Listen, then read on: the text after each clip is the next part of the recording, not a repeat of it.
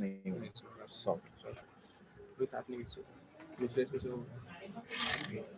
Speaker full view कर ले gallery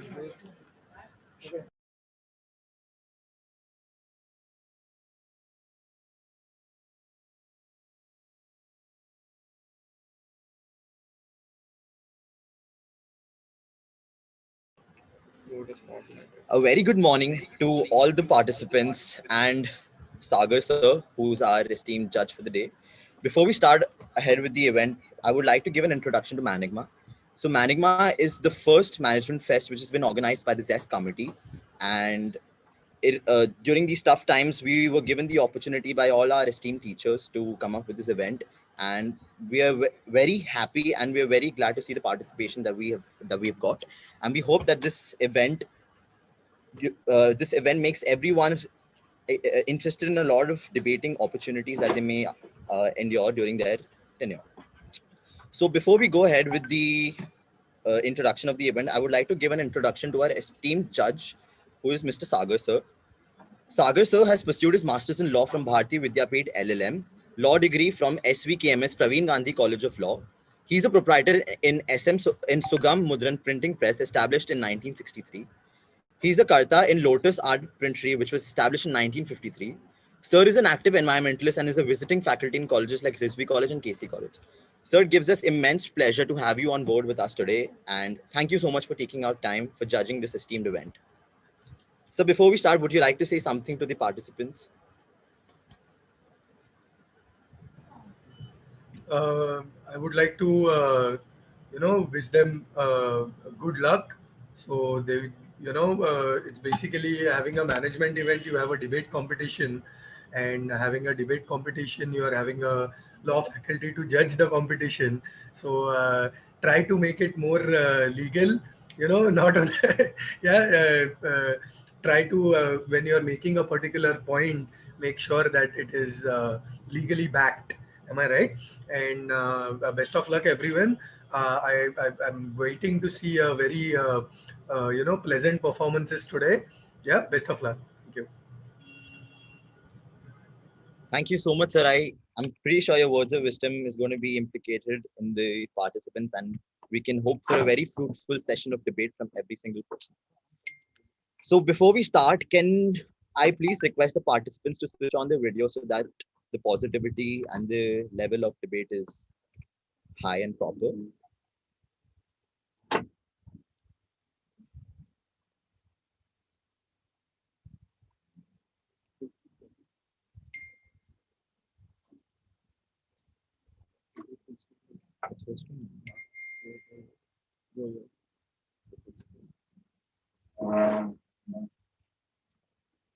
All right. So, participants, a very good morning to all of you, and I welcome you to the event. It's controversial. Before we start with the event, I'm pretty sure all of you got your topics on which you were supposed to debate yesterday. Is there anyone over here who still hasn't got their topic, who's unaware about what has happened and what is going to happen? So we're ready to clear all your doubts. We're going to entertain any doubts at all points of time. So if there's anything at all, you could ask us. All right. So I'm assuming there are no doubts. So we'll go ahead with the event. Hello. Yeah. I have a doubt. Yeah. In the message which y'all sent on the group yesterday, y'all said that it's 2 into 45 seconds. Yeah. And it's going to be divided into 2. So could you just explain? So like in the 45 seconds. Yes, I'll just do that. So this is basically your first round in which you've been given topics, and I think you also know which contingent you're going to be going against. So in round 1, you're going to be given a 60-second introduction. Now, supposing if I am going against you, I'm going to be given a 60-second window for my introduction to the topic. After that, you will be given a 60-second window for your introduction. After the introduction is done, then there'll be a debate, a proper debate. So I'll get 45 seconds. So in those 45 seconds, when 35 seconds are done, Aniket, who is my events HOD, he's going to unmute himself and he's going to tell 10 seconds left. So just ensure that your flow of debate is not, disrupted at that time, because it often happens when someone's interrupting, you might just, stop at that time and, you might have a problem. So he's just going to unmute ring himself. A bell. Can you just ring a bell or do a clap rather than just saying that 10 seconds are remaining? We tried the bell. The thing is, it wasn't too audible for all the participants. So, we thought that if a person unmutes himself only, he's going to be very quick. So, it won't disrupt your flow as well. So just try to make sure that you just keep on speaking. There's also option of raising your hand. So if he does that, then it will be immediately posted up for everyone. So yeah. Sir, we consider that option also, and we'll do that as well. But the problem is, people are when they're speaking, they might not look at the screen and all of that. So, that issue also comes at times. But definitely, so we'll do that. I had a question. Is rebuttal allowed in those 45 seconds, or exactly. how exactly do those 45 seconds pan out? So let's say I've given my opening argument, and then the other person has given their opening argument. So now for the first 45 seconds, matlab the 180 or 90, whatever is divided between the two parts, पहले 45 seconds में एक जना बोलेगा या cross questioning चलेगी? No. Then for the first 45 seconds, is only going to be the one person who's going to speak. All right, perfect. So you'll be mentioning that, right? Yeah. I was just going to talk about it. So is everybody clear with the introduction part? The first 60 seconds is going to be divided into the two people, as in 60 for one person, 60 for another. All right. So in the 45 seconds, like I was saying, 35 seconds, Aniket is going to unmute himself. He's going to say 10 seconds left. So once 45 seconds is done, he's going to unmute himself and he's going to say switch. Switch indicates that your time is over and your your competitor, he or she needs to start with his flow of debate. Now, if you do not stop and if you go on speaking, you're going to be marked negatively by our judge. So guys, please make sure that you stick to your time limit so that to avoid being negatively marked. Also, guys, once Aniket says switch, we're going to be giving a 2 to 3 second window so that the co-participant can take his or her time and start with her flow of debate. So those 2-3 seconds are for you to unmute yourself and just get ready with every single. So the 45-second debate is going to happen twice. Like I gave my 45 seconds, my co-participant gave his or her 45 seconds. Then again 45 seconds on me, and then again 45 seconds on my co-participant. That is round 1 for one topic. For the topic that you've been given. So how do you come to know who's going first and who goes We're going to be telling you that. We're going to be telling you that who's going to go first, who's going to be going second. Like just before our turn or prior? Sorry? So you all will tell us before our turn or prior to the commencement of the event? We're going to tell you prior to the commencing of the event. Okay, thank you. So like if your debate is going to start in the next 2 or 3 minutes, we're going to be telling you that you're going to be going first, you're going to be going second. I'm pretty sure all of you we will be speaking for 1 minute, then for 45 seconds, and then again for 45 seconds. Yeah. That's okay. Guys, are there any doubts before we go ahead? Just one more. Yeah. During the 45 seconds where supposedly my opponent is speaking, am I allowed to cross question him or to interrupt him? In this round, there is no cross questioning and there are no interruptions. So no rebuttal, basically. No rebuttal, yes. So if you want to cross question your opponents, you can do it through your speeches. Like if in their introduction speech, they've mentioned something that you want to question, you can do that in those 45 seconds that you're getting. Mention it in your speeches if you want to. That's how you can cross question them. But there'll be no cross questioning, no plea to follow ups, nothing in this round, no interruptions at all. Do we Got expect it. Thank you so cross-questioning much. in later rounds of the debate? Sorry, Do we expect a rebuttal in later rounds of the debate? we'll tell you that as in when we go ahead. All right. Also, if at all, Sagar sir, if you want to ask any questions, the floor is open to you for all questions. So if you feel that you want to ask any question to the person who's speaking, then Sagar sir can ask questions, irrespective of what time is left. Guys, is everybody clear with all the instructions? Is there any questions? We're open to all the questions. If you don't want to speak about it, you can use the chat box as well.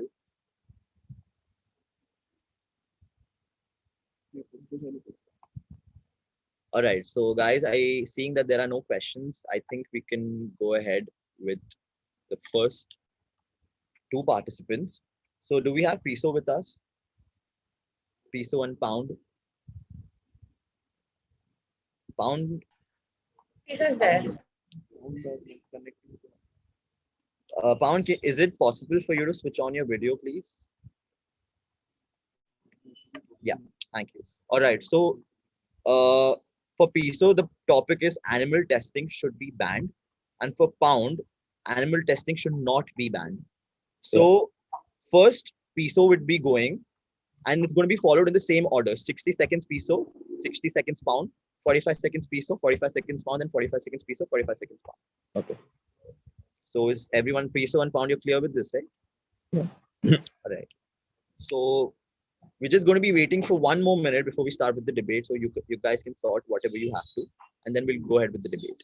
Cool. Guys, so any other questions? Anything at all that needs to be clarified by us? All right, thank you.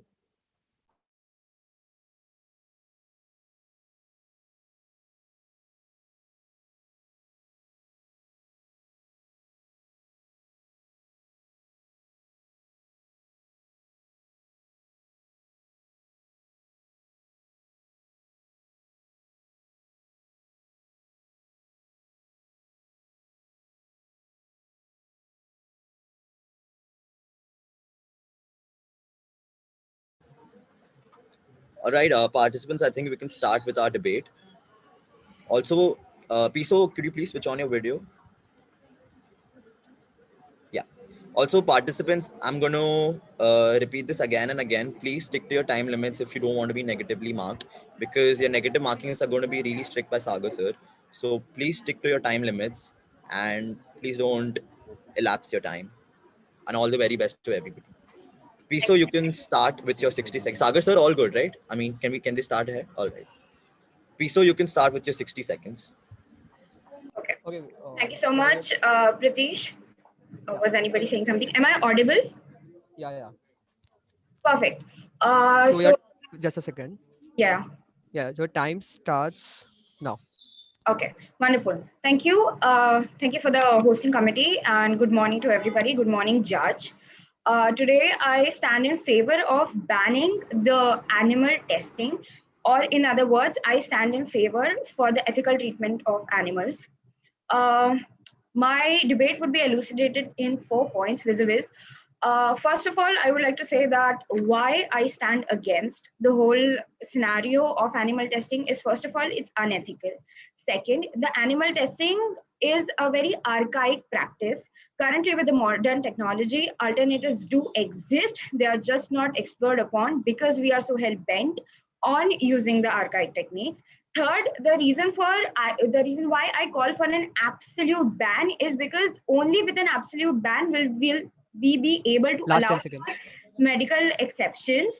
And fourthly, by treating animals so, we kind of play the hand of a god. Okay. Start. Yeah. So good morning, one and all. So today I oppose that animal testing should be banned because currently most of the products that we consume are tested by animals, and only if that is tested negative, we can consume those products and they are healthy for us. Also, many animals have DNA similar to ours. So when it comes to making medicines, animals play a huge part in making those medicines that can cure us. So according to me, because of these points, I think that animal testing should not be banned. And that is...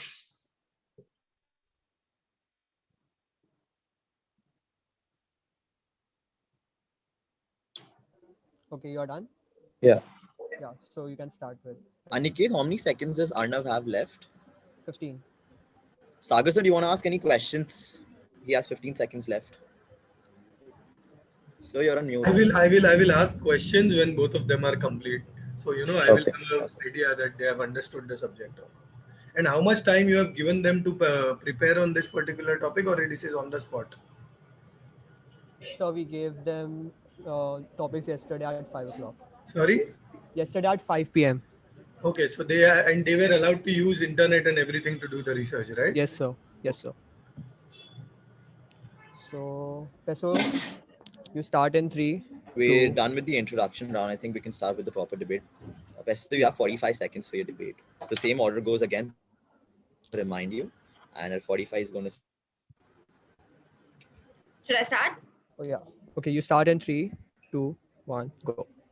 Okay, so my worthy opponent started their side of the debate by stating how important testing on animal is, and why it is because most of the products that we use are tested on animal.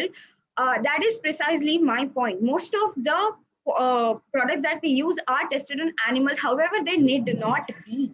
You will be extremely shocked to know that 95% of the products that we use are compounded with animal testing. Now, the problem lies here is that we have technologies like in vitro fertilization of cells that can Last 10 seconds. to be tested with the animal instead of the animal products, and can deliver more accurate results because they are more close to human body compared to the animals like Switch. mice. So yeah, like Peso said that most of the animals, almost 95% of our products that we consume are tested by animals. And she told us that IVF is a possible thing that we can do to make sure that we don't use animals. But IVF is a very expensive procedure to use. And I think animal testing, when it comes to the usage of money, it's easy for us to use animal testing in place of IVF.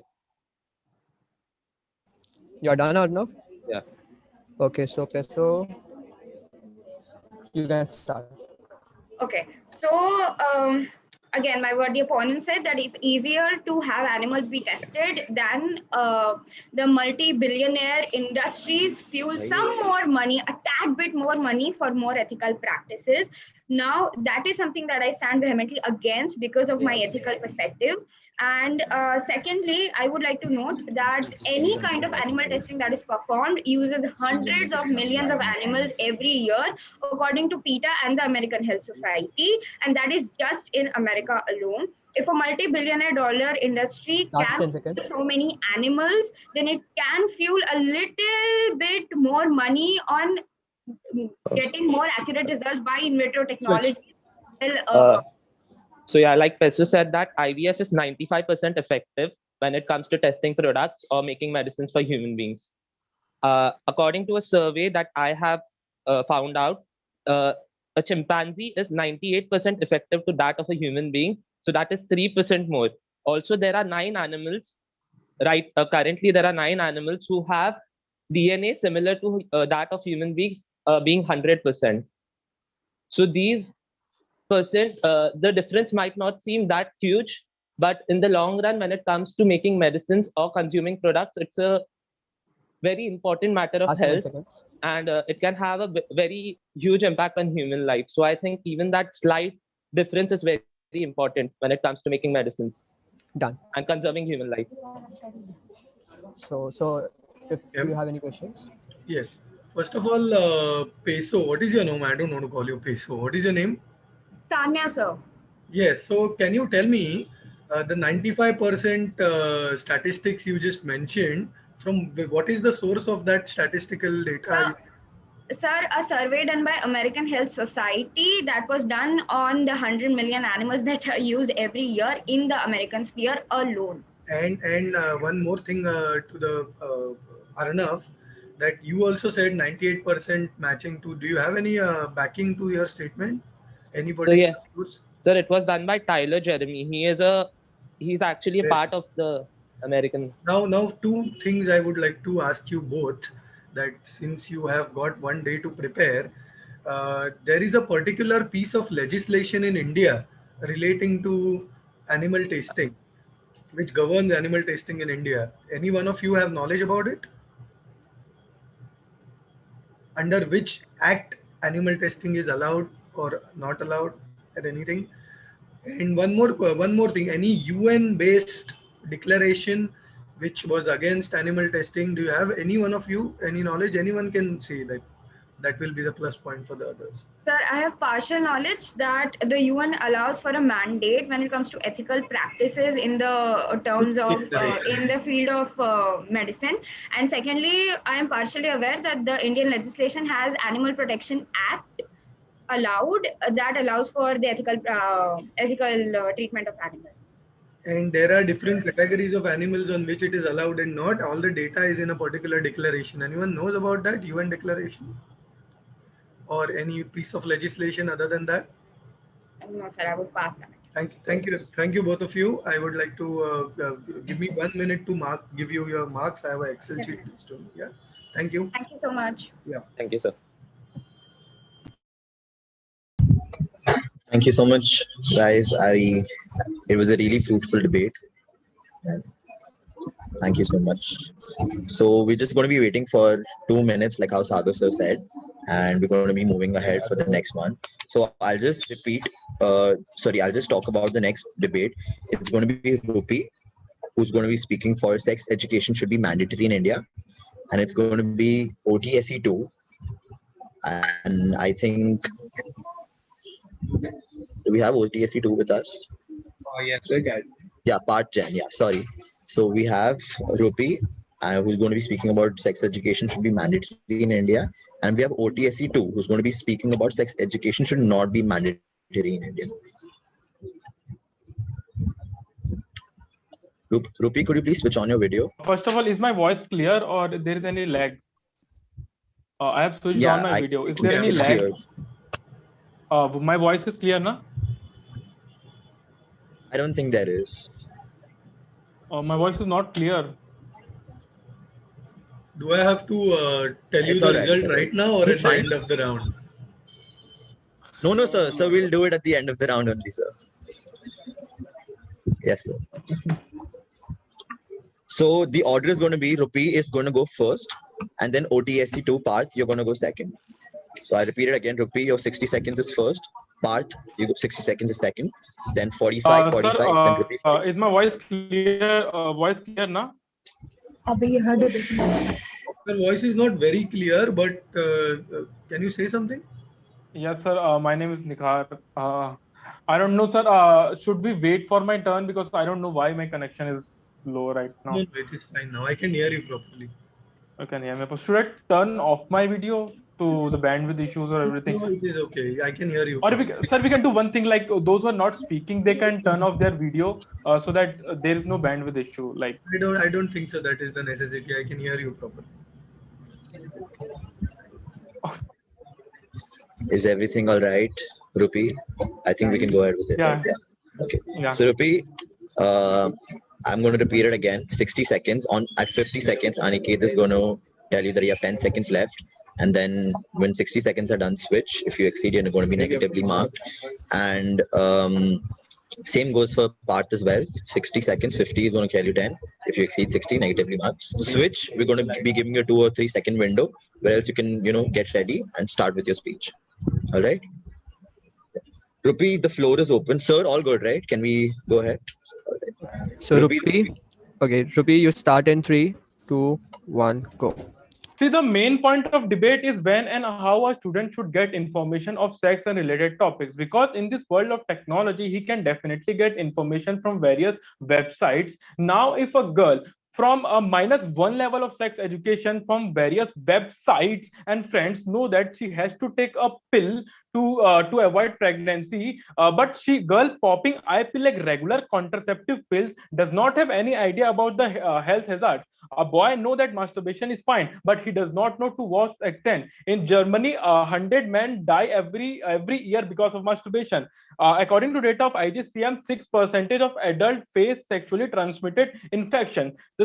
What compulsory sexual education will do is to regulate and control the information, the wrong and limited Last 10 information which seconds. people have on sex education. And without sex education, it is basically opinion, not based on information and evidence. Thank you.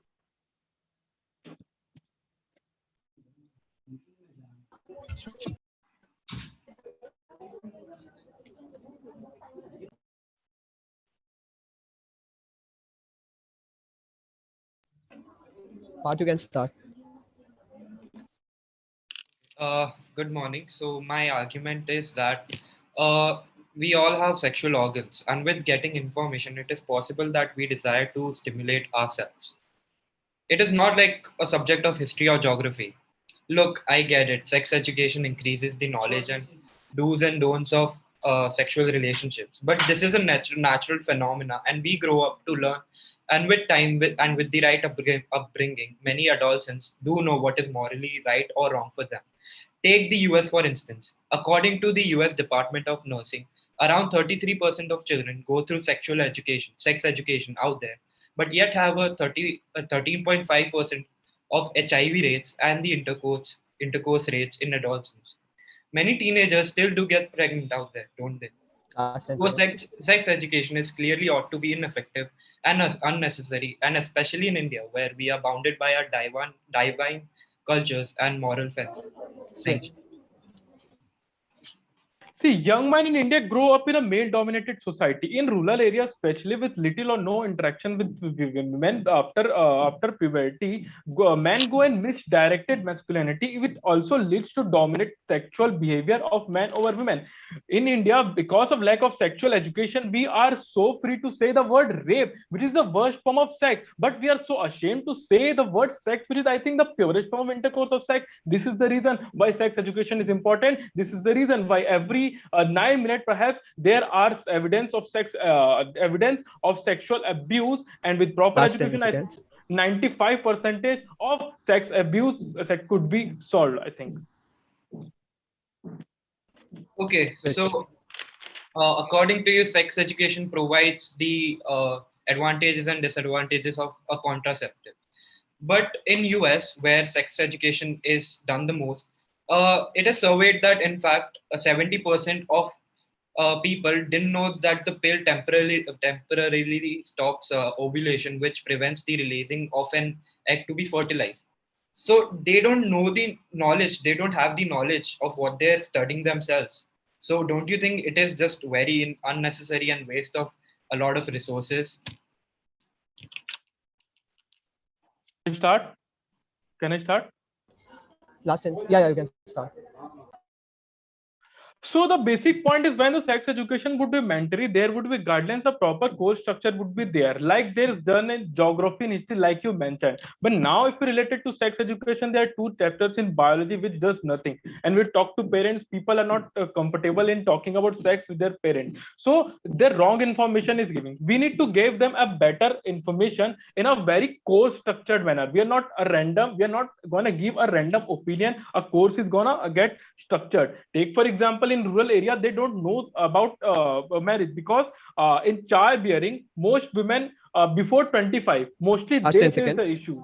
And after 25, childbearing is the cases of mishappening is less.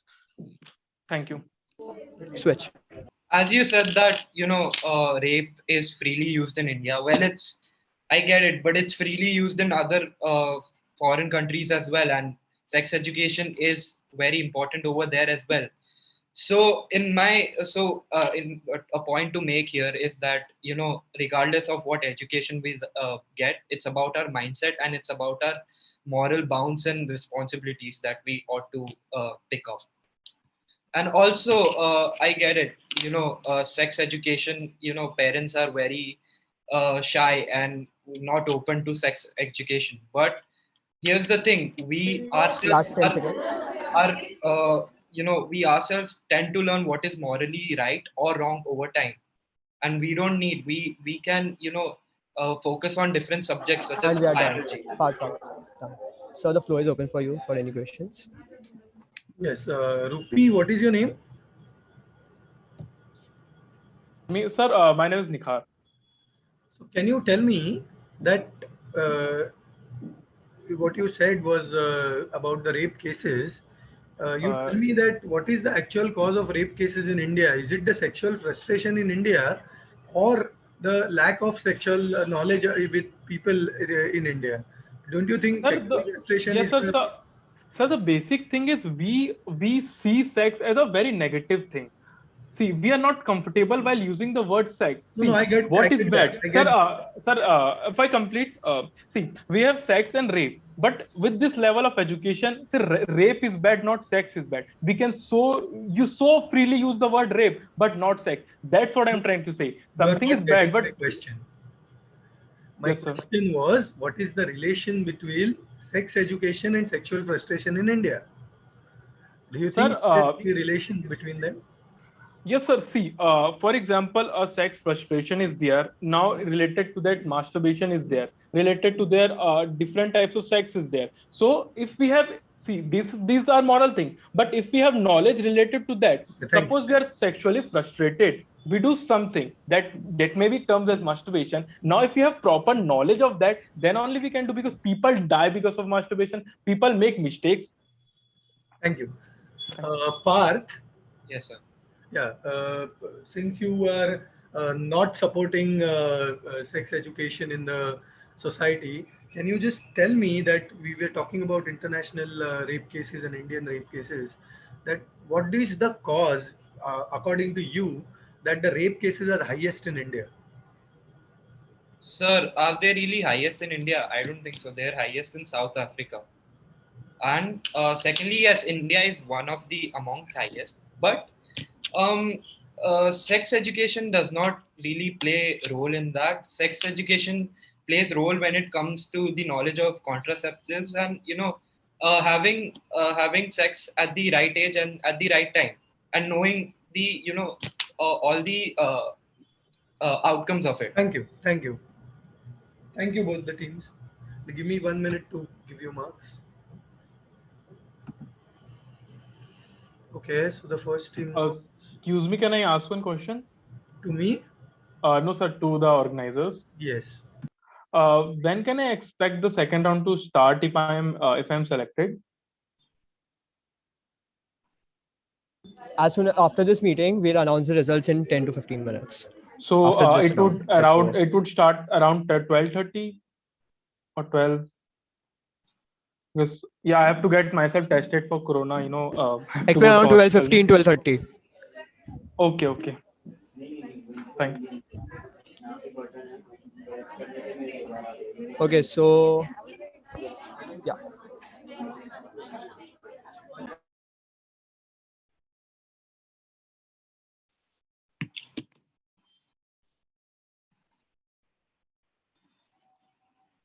So next we have Euro versus Zloty. The topic for Euro is period leave should be permitted in India, and the topic for Zloty is period leave should not be permitted in India.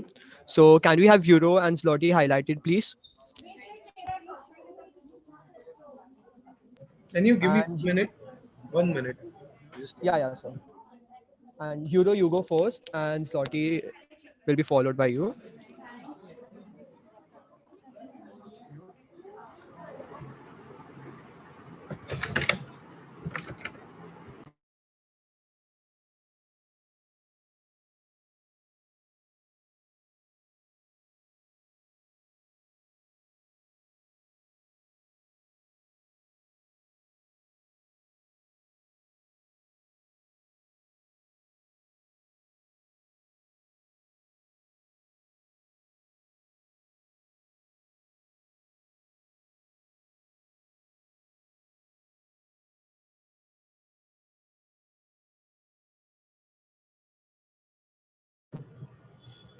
Yes, I guess I'm done. Thank you.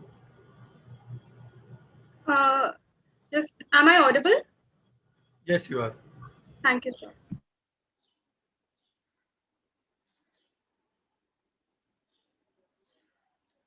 Okay, so Euro, yours ready? Yes, I am. Thank you. Okay, so you start in 3, 2, 1. Good morning, Judge, and everyone present here. I would like to request every one of y'all to close your eyes for a few seconds and imagine this. Imagine having brutal stomach cramps, bloated arms and feet. Imagine having rapid mood swings, depression, and zero control over the same. Joint pain, muscle pain, tiredness, uneasiness.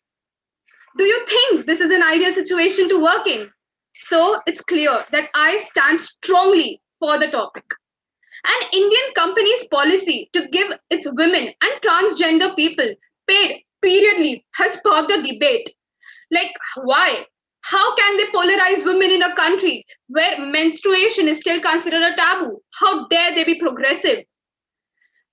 I would just like to conclude by saying that periods aren't a choice, being pregnant is. If maternity leave is not a taboo, then why period leaves are? This is a progressive step that has been long overdue.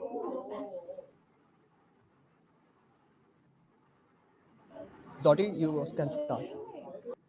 First of all, good morning, everyone. Judges, I'm against the topic that period leave should be there. I'd just like to start by saying this quote: there is no limit to what we, as a woman, can do. Women have had to fight twice as hard to get to the same place as men. Gender specifically for menstruation would just reinforce my myths about women incapacity to reinforce any job, specifically in high demand and high capacity. I'm inherently opposed to the gendering of the workplace. I see period leave as the gendering of workplace as a statement of biological determination. Maternity leave should be instead considered as family leave, which should be granted to women as well as men. Menstruation is not medical leave is extended for both men and women, and women who suffer from truly high bleeding, which is known as endometriosis, should get this leave and use this, as well as men should get this leave to get a to get to qualify under the larger bracket of medical leave. Yeah, let me give a simple example. Other ramps should be in places that people like handicapped people they get ramps in places to so that they could go there. Should women get medical leave? Okay, can I start? I would like to thank my opponent for helping me make my case. Periods aren't a disadvantage or a sickness. It's a natural biological thing. A woman does not need to take the guise of any sickness leave or any other thing to take a leave for a period. She said that women are limitless. I agree. Being a girl myself, I agree. But the point is that we are no one to decide what kind of pain a woman goes through. There might be someone for whom periods might be painless. For a person, she might not be able to get off the bed. So we are no one to ascertain whether she needs a leave or not. That choice is up to her. Equality should be in work. That is where equality really matters. Equality does not mean erasing biological differences. It means being accountable for them. Switch. Thank you. I'd like to counter my opponent's view. She said equality matters. Equality between men and women. If women are getting the choice of getting this leave, and also the point where all the women don't go through this pain, and those who do, instead of giving them periodic leave, they should instead be encouraged to get medical assistance. This the women who usually go to this circumstances is a high medical issue. It is known as endometriosm. Like I said earlier, they should get treated immediately. And women, all the women don't go through this. But if if it's a policy to give all the women this specific leave, does this mean that men have to work twice as hard when women go on this leave? Because all the workforce would then fall upon men, and this would really degenerate the mentality that women can't be do high equal jobs as well. 3 points. Period leaves are a choice. We are not forcing women to take leaves when they have it. It is upon her. If the pain is unbearable, she deserves that leave. Point number 2, the medicines that you spoke about, the side effects are huge. Nausea, she might have spotting. There are so many side effects. There's a list. Then the third one is countries like Japan have been giving period leaves since 1992. They don't see any tampering in the work. Women can Like, Ask us again. okay, thank you. It's a choice. It is not mandatory to take it. If she is uncomfortable, if she is not comfortable in her own skin, doesn't matter. 20% of the girls in India have dropped out from school because of this period because they are not educated enough about it. If they are asking to get leaves, which basically means that maybe if you're not educated enough, people would consider it as impurity and that's why they are not allowed to work.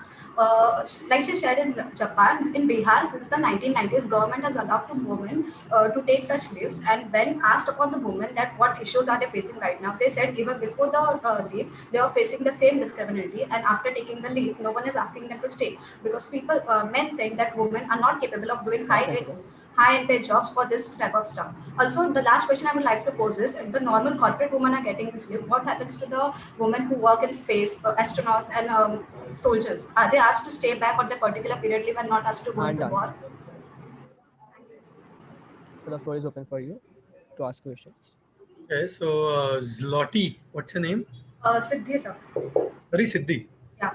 Yes, Siddhi, when we were talking about the term equality, do you want to take help of any of the constitutional provision made under Part 3 of the Constitution?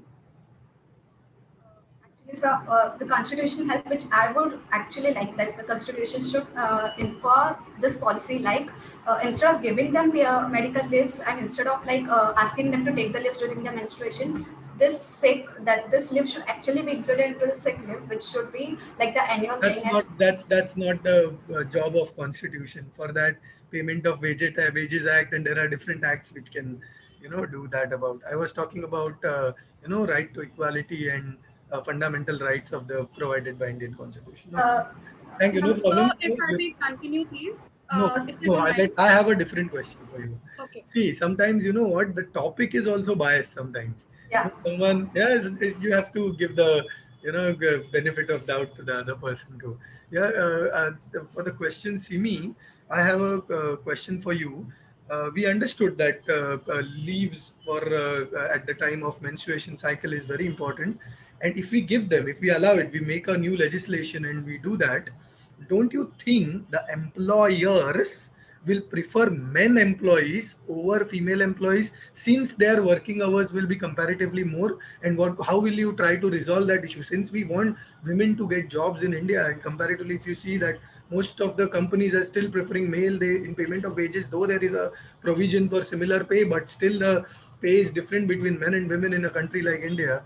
The problem I would like to ask you right now is that, do you think that this particular, I'm also not talking anything biased here. My pure question is that, do you think that this provision, if we make it, will it be a biased provision? And will women will actually going to get benefit out of it? They'll end up getting loss out of it because employers will prefer men employees more.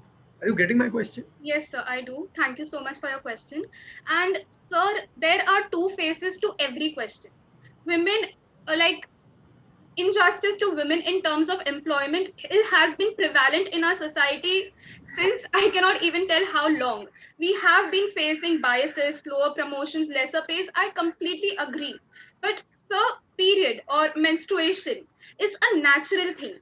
It is not something. Do you have anything to remedy that issue, which I mentioned? Yes, sir. I would like to quote the member of Lok Sabha from Andhra Pradesh. Her name is Ninong Ering. She in 2008 proposed a bill which wanted to give women paid a specific number of days as a paid period leave through all of India. That the bill has not been passed yet. It has been 3 years, but it was the start of a change. Sir, I think today one might not wrap their head around the term period leave, but like I think we have time restraints, and okay, I'll just conclude. I understood your point. Thank you. That in the future it will be considered normal. Thank you. Thank you, sir. Thank you so much. And I would also like to thank the organizing committee for organizing such a wonderful debate. Thank you so much, Euro. Thank you so much, Lottie. It was a wonderful debate that we had, and a wonderful question also that we had by sir. So I think we can go ahead with the next topic. Yen, are you there? Yeah, I can see you. So there's Yen and OTSE1, Dhruvi, right? Yeah. Yeah. So Yen, your topic is the legality of cannabis in India. OTSE 1, your topic is cannabis should be illegal in India. I hope I'm audible enough. Yeah. Do I start? 1 second, and we're just going to spotlight OTSE 1. Okay. So can we start, or do you want to give a break for a minute or two? No, I don't want break. Can you just tell me which are the teams now? So there's Yen, who's going to be speaking about the legality of cannabis in India, and this Actually, OTSE. I have a mark sheet where Yes, some of sir. the teams are not mentioned. The All right, sir. So what I'll do is I'll make the necessary changes in the sheet according to the team names which you have given. Okay, give me 1 minute. Yes, sir. I will do the necessary. Sure, sir. Yeah. No problem.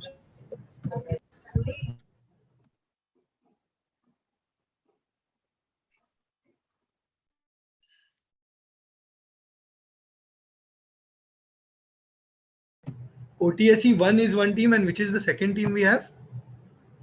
So there's Yen. Yen. Okay. Yes, sir. So the flow is Yen, you're going to be going first, and OTSE, you're going to be going second. Cool.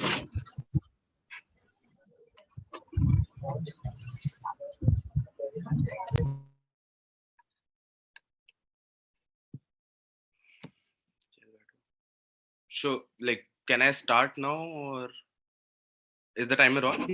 No, wait for a minute. Just a second, wait. 1 second, we're just waiting for Sagar, sir. He's just making a few changes. Sure. So we'll just start them. Sorry for the delay, guys. Very sorry. All right, man. Don't worry.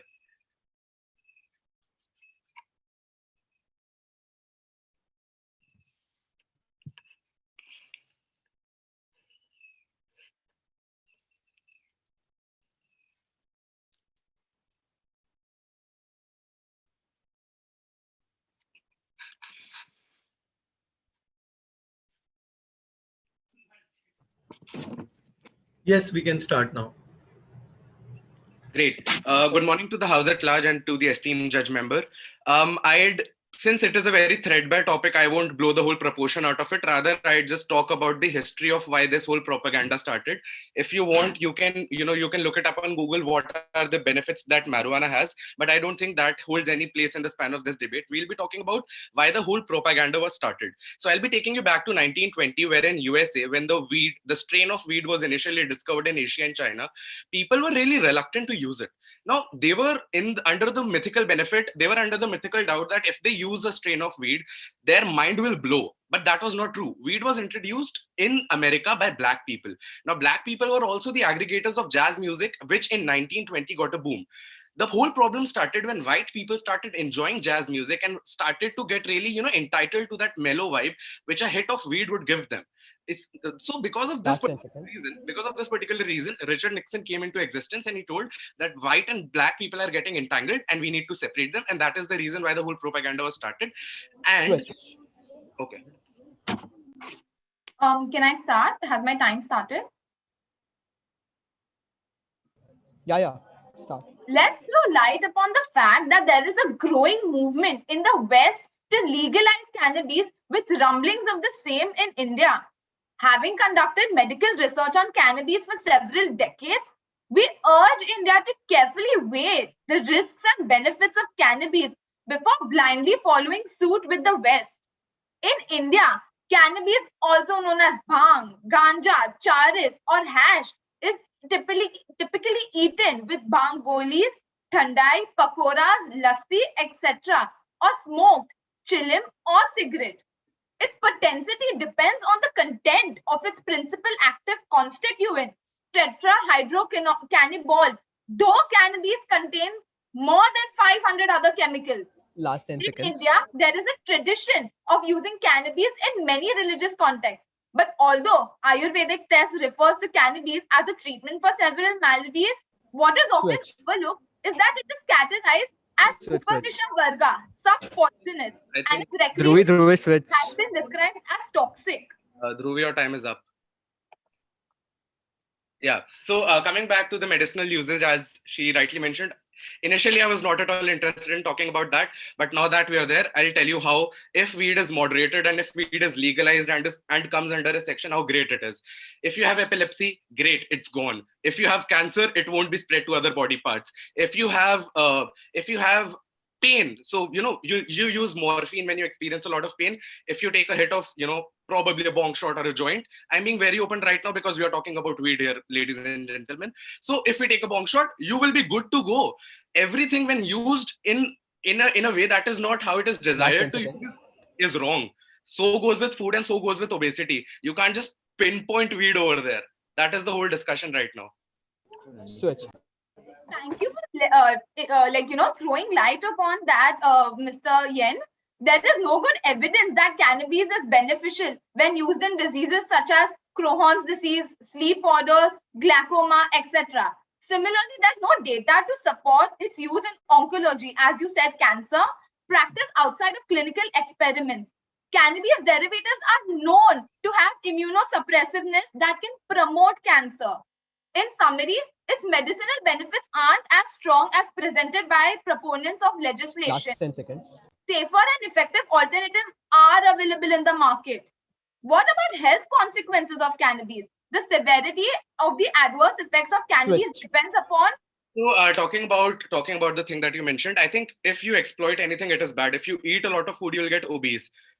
Cannabis was there so that you can use it in moderation. If the topic, right, I think you're moving a lot away from the topic. The topic is not whether weed is good or bad. The topic is legalizing weed. If we legalize the weed, we have some people to control. The same goes with alcohol.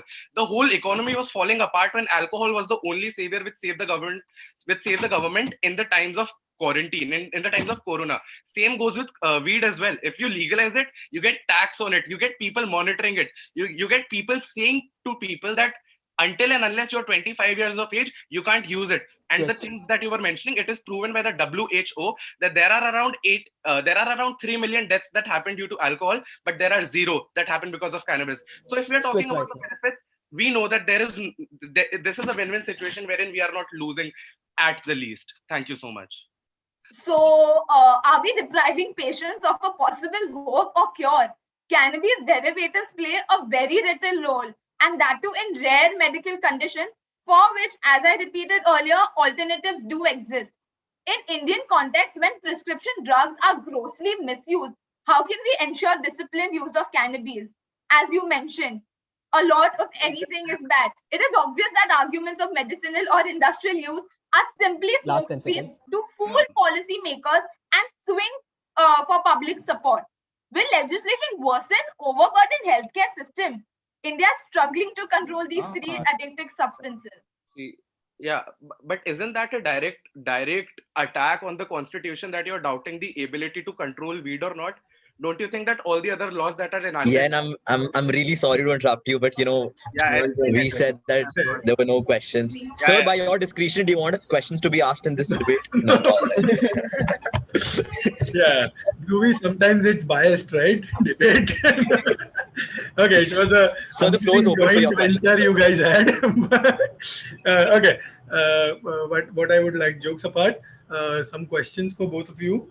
First of all, Yen, you were talking about from the good side of marijuana. First of all, some terms you used. Generally, we try to not use terms like weed or all of these. We have better actual form of. Yes, sir, but I sorry to cut you here. No, wait, don't cut me off. I'm not yet done with my question. Also, blacks and whites, we don't use these terms. Yeah, we use negroids, caucasoids. There are better terms to use in a debate than using. It's okay. It was in the flow of movement. Yeah. Yes. I'm ignoring them because the debate was fun. Moving on to your question, I have heard, since I have not or at least I'm pretending that I have less knowledge about this. So I have heard that marijuana is considered as a startup drug. Yes, it's a first step to other drugs which are chemical drugs which are there. My question is yet not complete. In India, where you have legalized alcohol, whereas so many deaths, even in America, there are almost 1 lakh deaths happen 1 year by alcohol. In India, where people who like to overdo stuff and Whereas in such a country, keeping the health effects and good points aside, do you think it will matter the sovereignty and culture of Indian culture which we have? And don't you think Indian will overdo it and go to use it as a startup drug? But I'll tell you this one very quirky fact. So when the hashtag Me Too movement came to India, people were really looking forward to, experience the positive consequences of that. And we could see that there were a lot of men who were defamed for no reason. Now we see that there are pros and cons for everything, right? Legalizing marijuana or talking about legalizing cannabis, I know for sure that there will be a lot of roadblocks that have to be set. When we talk about alcohol, do you know what is the reason behind why alcohol is legal? There is a very simple reason. If you get drunk one night, there is a very high possibility that you won't end up drinking tomorrow morning. But if you smoke cannabis, right? I'm just telling you, I mean, exceptions are always there, but there is a very high chance that you'd probably involve yourself into another session of it. So the whole point here right now is, legalizing it in a way wherein people get to know about how it has to be used. Not in a way that, it's understood freely and everybody can smoke whenever they want. Yes, we understood. Yeah, okay. Moving on to Dhruvi, I understand that, what your point was absolutely right. And sometimes it's difficult to make points. But the problem here, what I want to ask you, don't you think that legalizing marijuana will try to remove things? So you know that in India, so many people consume marijuana right now. Yeah, I don't think that's a debatable issue. Probably you are in KC college, you're in any college, you must be knowing some people who have stuff in their wallets and, they'll roll a joint, and I've seen down, I teach in your college. Yeah. So what I'm trying to tell you here is right now people are using a particular type of stuff, or what we call it as marijuana. That particular marijuana can be mixed with some certain things. Am I right? There is a slang word for that. I've probably not used that. But spiked, what people generally say. So don't you think sometimes that because of legalizing marijuana, this particular the purity, or the when the government will keep a check on the purity and standards of the marijuana, will that help or not? Okay, so thank you so much for that question. And firstly, Yen, I had a really insightful debate, as I would say. So as your question is, debating, I could have used formal terms or connotations, but I just wanted everybody to take something back. And I don't think me winning or losing would make any sense. I don't think being racist is the thing they want to take back. No, but understanding why racism was interpreted in a bad way is something that they should know. I'm so sorry to point you out here. It is you who kind of portrayed it in a negative manner. And coming back to Saga sir's question, the other myth that is that if cannabis are legalized and regulated, it harms can be minimized.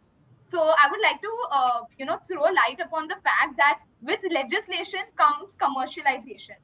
This comes at a cost, and we have seen it with tobacco and alcohol over the last century. The morbidity and morality associated with tobacco and alcohol rank among the top 10 in terms of global disease burden. So also, as sir mentioned, of mixing things and everything. So, the tobacco industry invented cigarettes for ease of use, altered the acidity of tobacco to make it less harsh, added other chemicals to improve its taste, mass-produced cigarettes, and sold them using sophisticated advertising. So it basically just manipulated knowledge about the adverse effects of tobacco, despite being aware of these effects, and successfully staved off legal battles for decades. So, do we get to continue the conversation or not? I think we should stop now. Sorry, I think we're done with it. Also, participants. So participants, if Sagar sir is asking you a question, please make sure you stick to the point only. And I know there are a lot of facts and a lot of things that you want to talk about, but try to limit yourself only to the answer. that sir has asked the question about.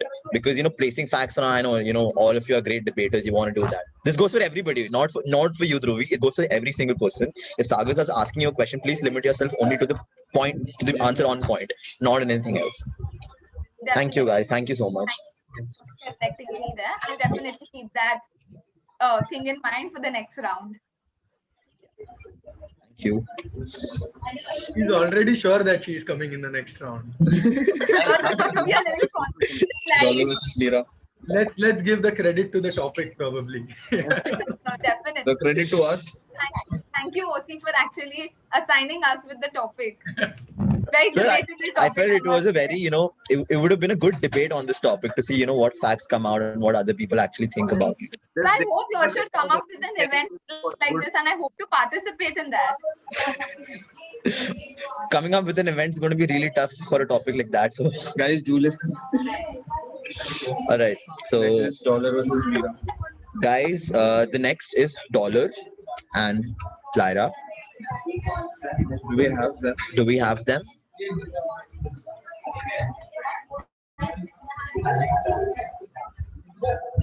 Dollar. We don't have. I think Dollar's not there in this meeting. I Do, don't have Lyra also. The Lyra. do we have Lyra or Lyra? Check. We don't. Guys,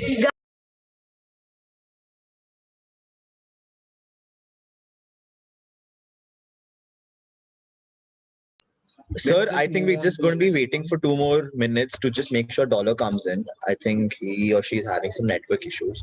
So we're just waiting for 2 minutes. And is Lyra over here? No, both. Sir, I think both of them are not there. So I think we just wait for 2-3 minutes for them. And if they're not coming, then we'll move towards the next debate.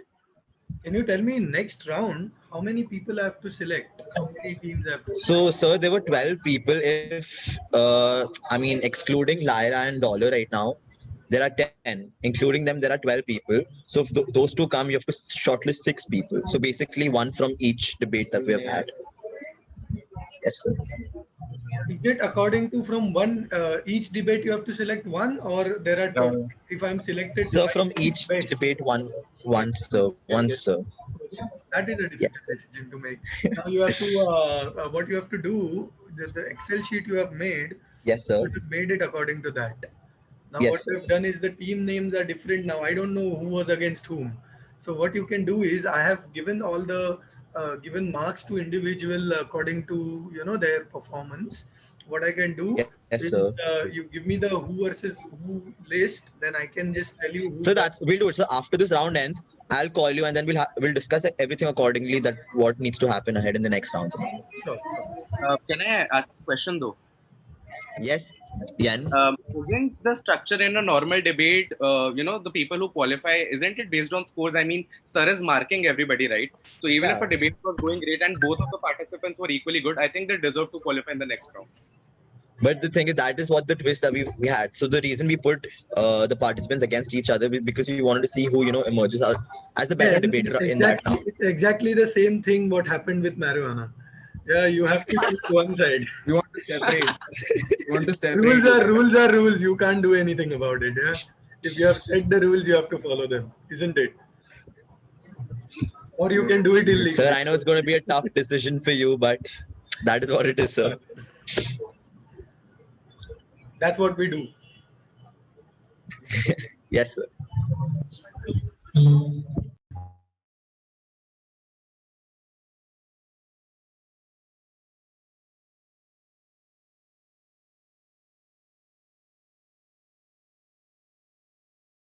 Sir, I think Lyra and Dollar, they're not coming. So we'll move on to the next debate. But sir, I'll just tell you the topics. Dollar had the topic of whether prostitution should be legal in India. And Lyra had the topic of whether prostitution should not be legalized in India. Topic selection you guys have done. It is a Sorry, sir? Topic selection you guys have worked on. Sir, because these are very subjective topics, sir. Yeah, it's very much used topics, but again, a very debatable topics. Yes, sir. So, Okay, sir, so you can call me on the mobile phone now, Pritish. so there's one more debate that's left. That's ringgit versus forint for Okay. this round. 1 minute. 1 minute. I have ringgit versus Forint.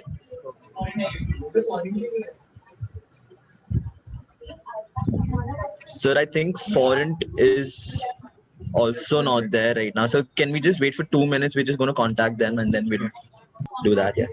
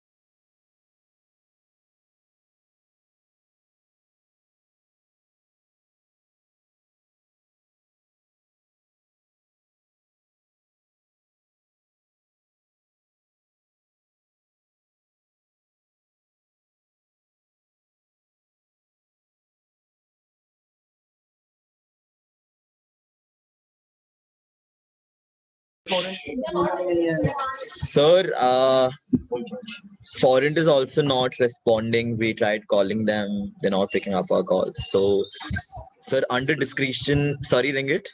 Do I get a walkover? Yeah, I mean, that's the discretion of the that's judge. the only thing. Yeah, I mean, I won't disagree with you over here. But that's generally the rule that if one party is not there, even if you're playing chess competition and all of that, the one party, the benefit goes to the other party. yes, sir. So basically, yeah, you've got to buy the first winner without speaking anything. Great debate. Loved it. So, sir, I'll just tell you his topic again. Ringgit's topic was short selling should be legalized in India. And forint was short selling should not be legalized in India. So, sir, this was one of the debates that all of us were looking forward to. I researched the whole night for this. You got the benefit. If Ringgit, sir, do you want Ringgit to speak? He can speak if he wants to. No. It's fine. I qualified. It's fine. He can counter your points that way. Even I can have some good questions, Ringgit. No. My opponent's not here only. Hello, he'll get the benefit. Even I have to go to office, so like it's better for me that we save time. Yeah. So now 5 people will qualify, isn't it, Priti? Sorry, sir. 5 people will qualify now, right? So 5 people and one. I think Ringgit's got a buy over here. 4 people and 1 buy. Ringgit, so total 5. Yes, sir. Yes, sir. 4 plus 1, 5.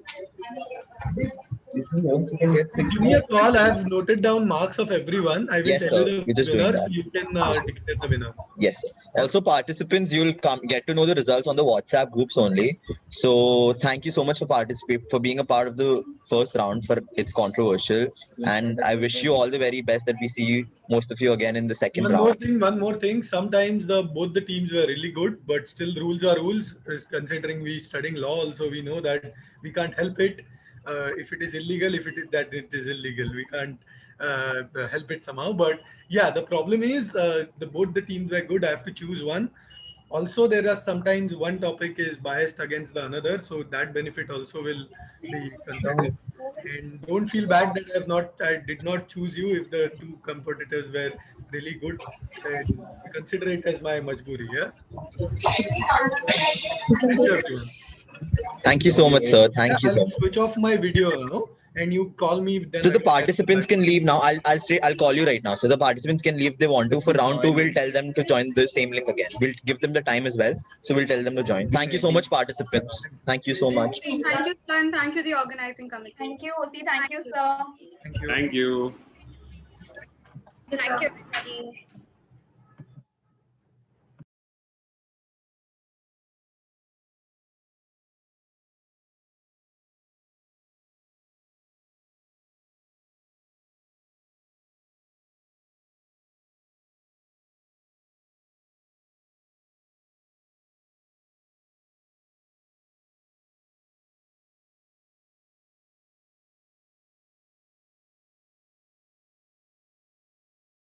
Hey guys, the first round finished.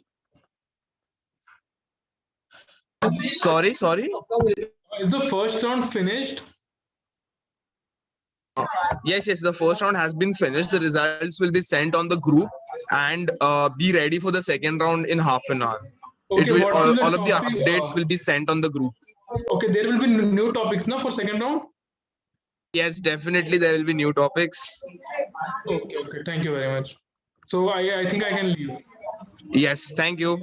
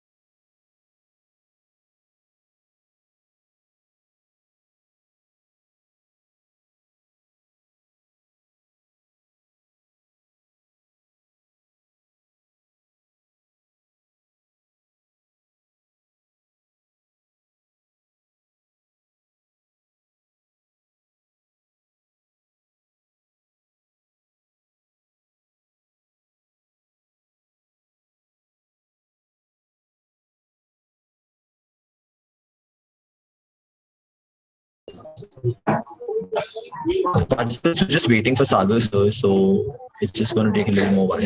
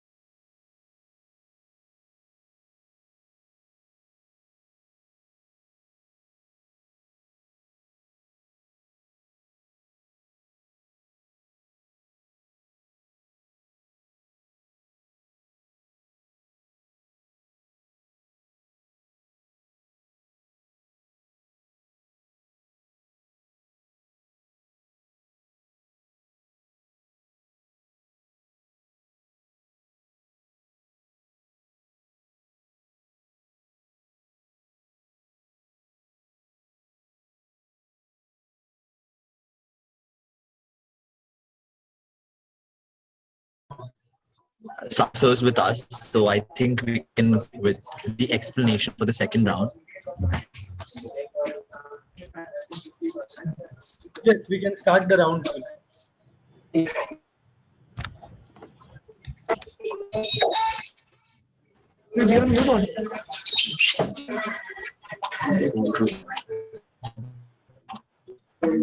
So can we start with the second round, the explanation? Sorry.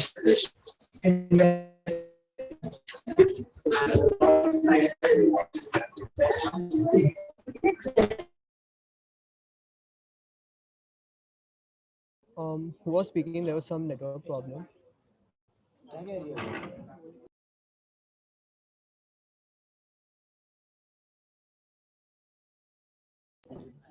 Okay, hello guys. So welcome back to the round two for It's Controversial, and I'll be explaining you the flow for round two. Every participant has been assigned the topics. It was assigned to them by 12 around 12:30, so they got 10 to 20 minutes of preparation time. And the round two will be a group discussion between all the six contingents. The flow for which will be 1 minute of opening statement per person and 60 seconds each to present their points in two parts. So basically, one gets the 1 minute for opening statement. For example, I get 1 second for my opening statement, then Ringgit gets it, then Rupee one gets it, and so on. As soon as the last one completes his opening statement, I again start with my 60 seconds of my part of the speech, and then followed by rupee ringgit or TSC1, etc. And they will get 2 times 60 seconds and 1 minute of opening statement. Any doubts? Aniket? Yeah, so What Could you everyone tell will me the get name 1 minute of of the opening team? second, then 60 3 times 60 seconds basically. 3 times 60 seconds. Okay. Yeah. Sorry, sir, you were saying something? Yes, so I was asking how many, can you tell me the team names of the teams again? So I'm write it down in my Excel sheet for round two. Oh, yes, sir. 6 teams have been qualified. Peso, Rupee, Euro, OTSC1, Ringgit, and Yen. OTSC 1 you said, na? Yes, sir.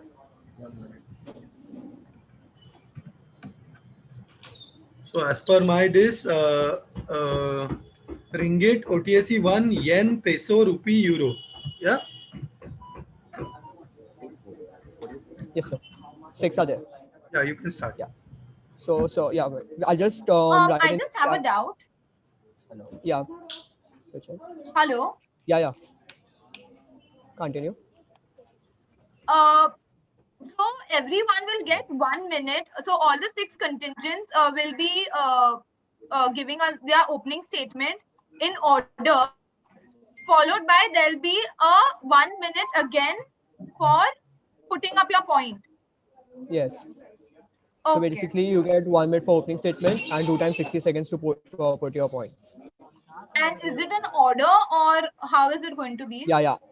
It's gonna be in order, and I'll just write it in the order in the chat box. Okay, thank you.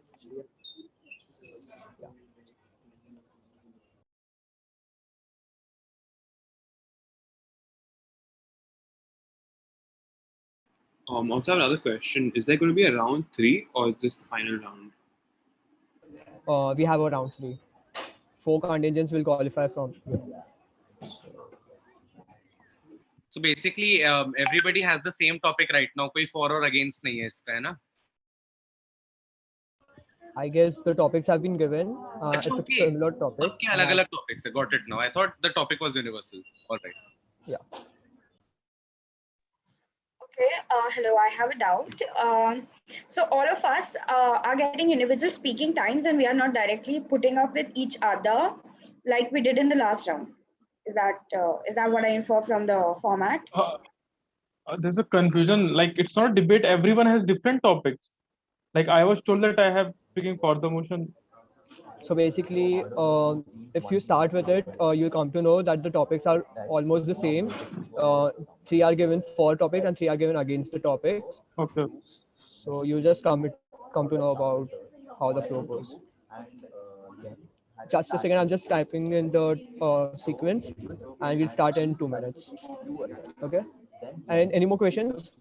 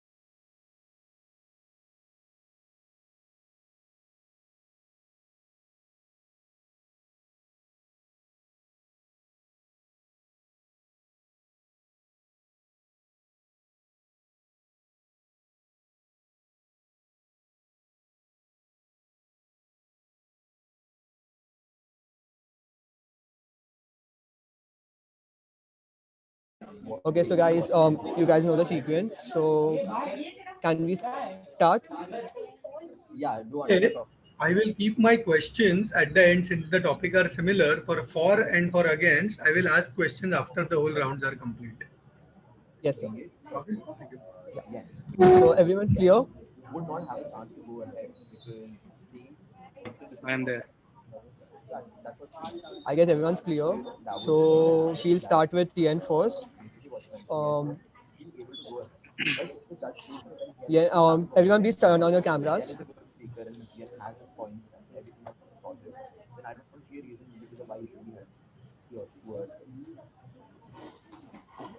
Yen goes first, followed by OTSE1, followed by Euro, followed by Peso, Ringgit, and Rupee.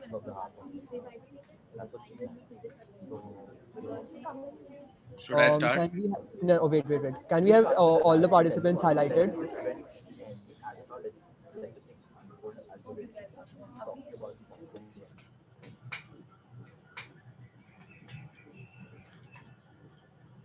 I'm so sorry, but a quick question. Will you be announcing our names before we are about to queue up for our turn to speak, or is it we have to memorize the sequence? Just memorize your sequence. Just know the person you are before, after, so you know when you have to speak. So can you repeat it, Ans? Yes, please. Okay. First goes Yen, followed by OTSE1, followed by Euro, followed by Peso, then Ringgit, and then Rupee. After Rupee, Yen again goes first, followed by the same sequence. Works? Okay. So Yen, you're ready? Okay, cool. So we start in 3, 2, 1, go. Good morning to the House at large. I'll be structuring my debate into 3 phases since we have 180 seconds to conclude it. I'll be starting with the motion that says that Bitcoin should be banned in India, and I completely agree with the motion because the financial situation in which the country is currently in, we definitely do not need one more alternative to payment because simply we do not have enough payments to make. If we look at the balance of trade account of India, we can see that the GDP has been falling and we have been falling into more and more debt. Now, what I'm aiming at is Bitcoin is very fascinating right now because we all know that the multi-billionaire Elon Musk tweeted on his Instagram regarding #Bitcoin, which made Bitcoin prices go even higher. But what we need to realize is that as a country, when we focus on the unanimous stand, we do need to understand that the idea behind making India a digital India revolves around certain elements. And those elements include UPI payment, bank transfers, and digitizing every transaction that is happening right now. In order to implement UPI transactions, we have to make people aware. And I simply believe that making people aware about Bitcoin, along with making people aware about UPI, is a very difficult task, which does not switch. Thank you. Cryptocurrency startups in India believe the country can become a thriving hub for crypto innovation and have started a campaign to lobby the government to reconsider its proposed ban on cryptocurrencies. They have also started a campaign, #IndiaWantsBitcoin, and a website, indiawantsbitcoin.org, where people can find ready-to-use drafts on the benefits of Bitcoin that they can send to their respective members of parliament, pensioning them to get the government to reconsider the proposed ban. Surprise or not, interest in cryptocurrency is strong in India, where it is yet to get any government backing and may, in fact, be banned. Vishwanath and the founders of a few other cryptocurrency startups in India have come together to lobby the government that backing Bitcoin with some regulation instead of banning it is good for the economy. Okay, good morning. Good afternoon. And I would like to start off my speech by quoting Bill Gates. Bitcoin is mostly about anonymous transactions, and I don't think over time that's a good way to go. I am a huge believer in digital currency, but doing it on an anonymous basis, I think that leads to some abuses. I completely agree with him. Easy modes of transfer in cyber currency is very easy for terrorists to misuse. The most famous case was of WannaCry and Petya viruses, in which $300 were paid in Bitcoin to decrypt files. Cryptocurrency, especially Bitcoin, stands as a threat to our traditional banking institutions, which in fact is being recognized by most of the governments. We do not have a single authority which regulates. Okay, we do not have a single authority which regulates it, and I think that's it. That's about it. Thank you. Switch. Good afternoon to the House at large. As we saw the stances of our previous contenders, the debate topic makes me wonder about two aspects of why banning the cryptocurrency was proposed in the first place. The first one being, why are we putting our economy at a back foot compared to the global movement, wherein a global technology giant like Tesla themselves invested 1.5 billion in the cryptocurrency, assuming that they did see some avenue in the financial market? Why do we propose a ban? Secondly, is our state inadept to compare with the regulations and technology required to carry out this task efficiently when some countries seem to be doing it efficiently, especially when our honorable Prime Minister themselves quoted that India should be going digital? Then where is the lag that we are facing that we come to a hard proposal of banning it altogether?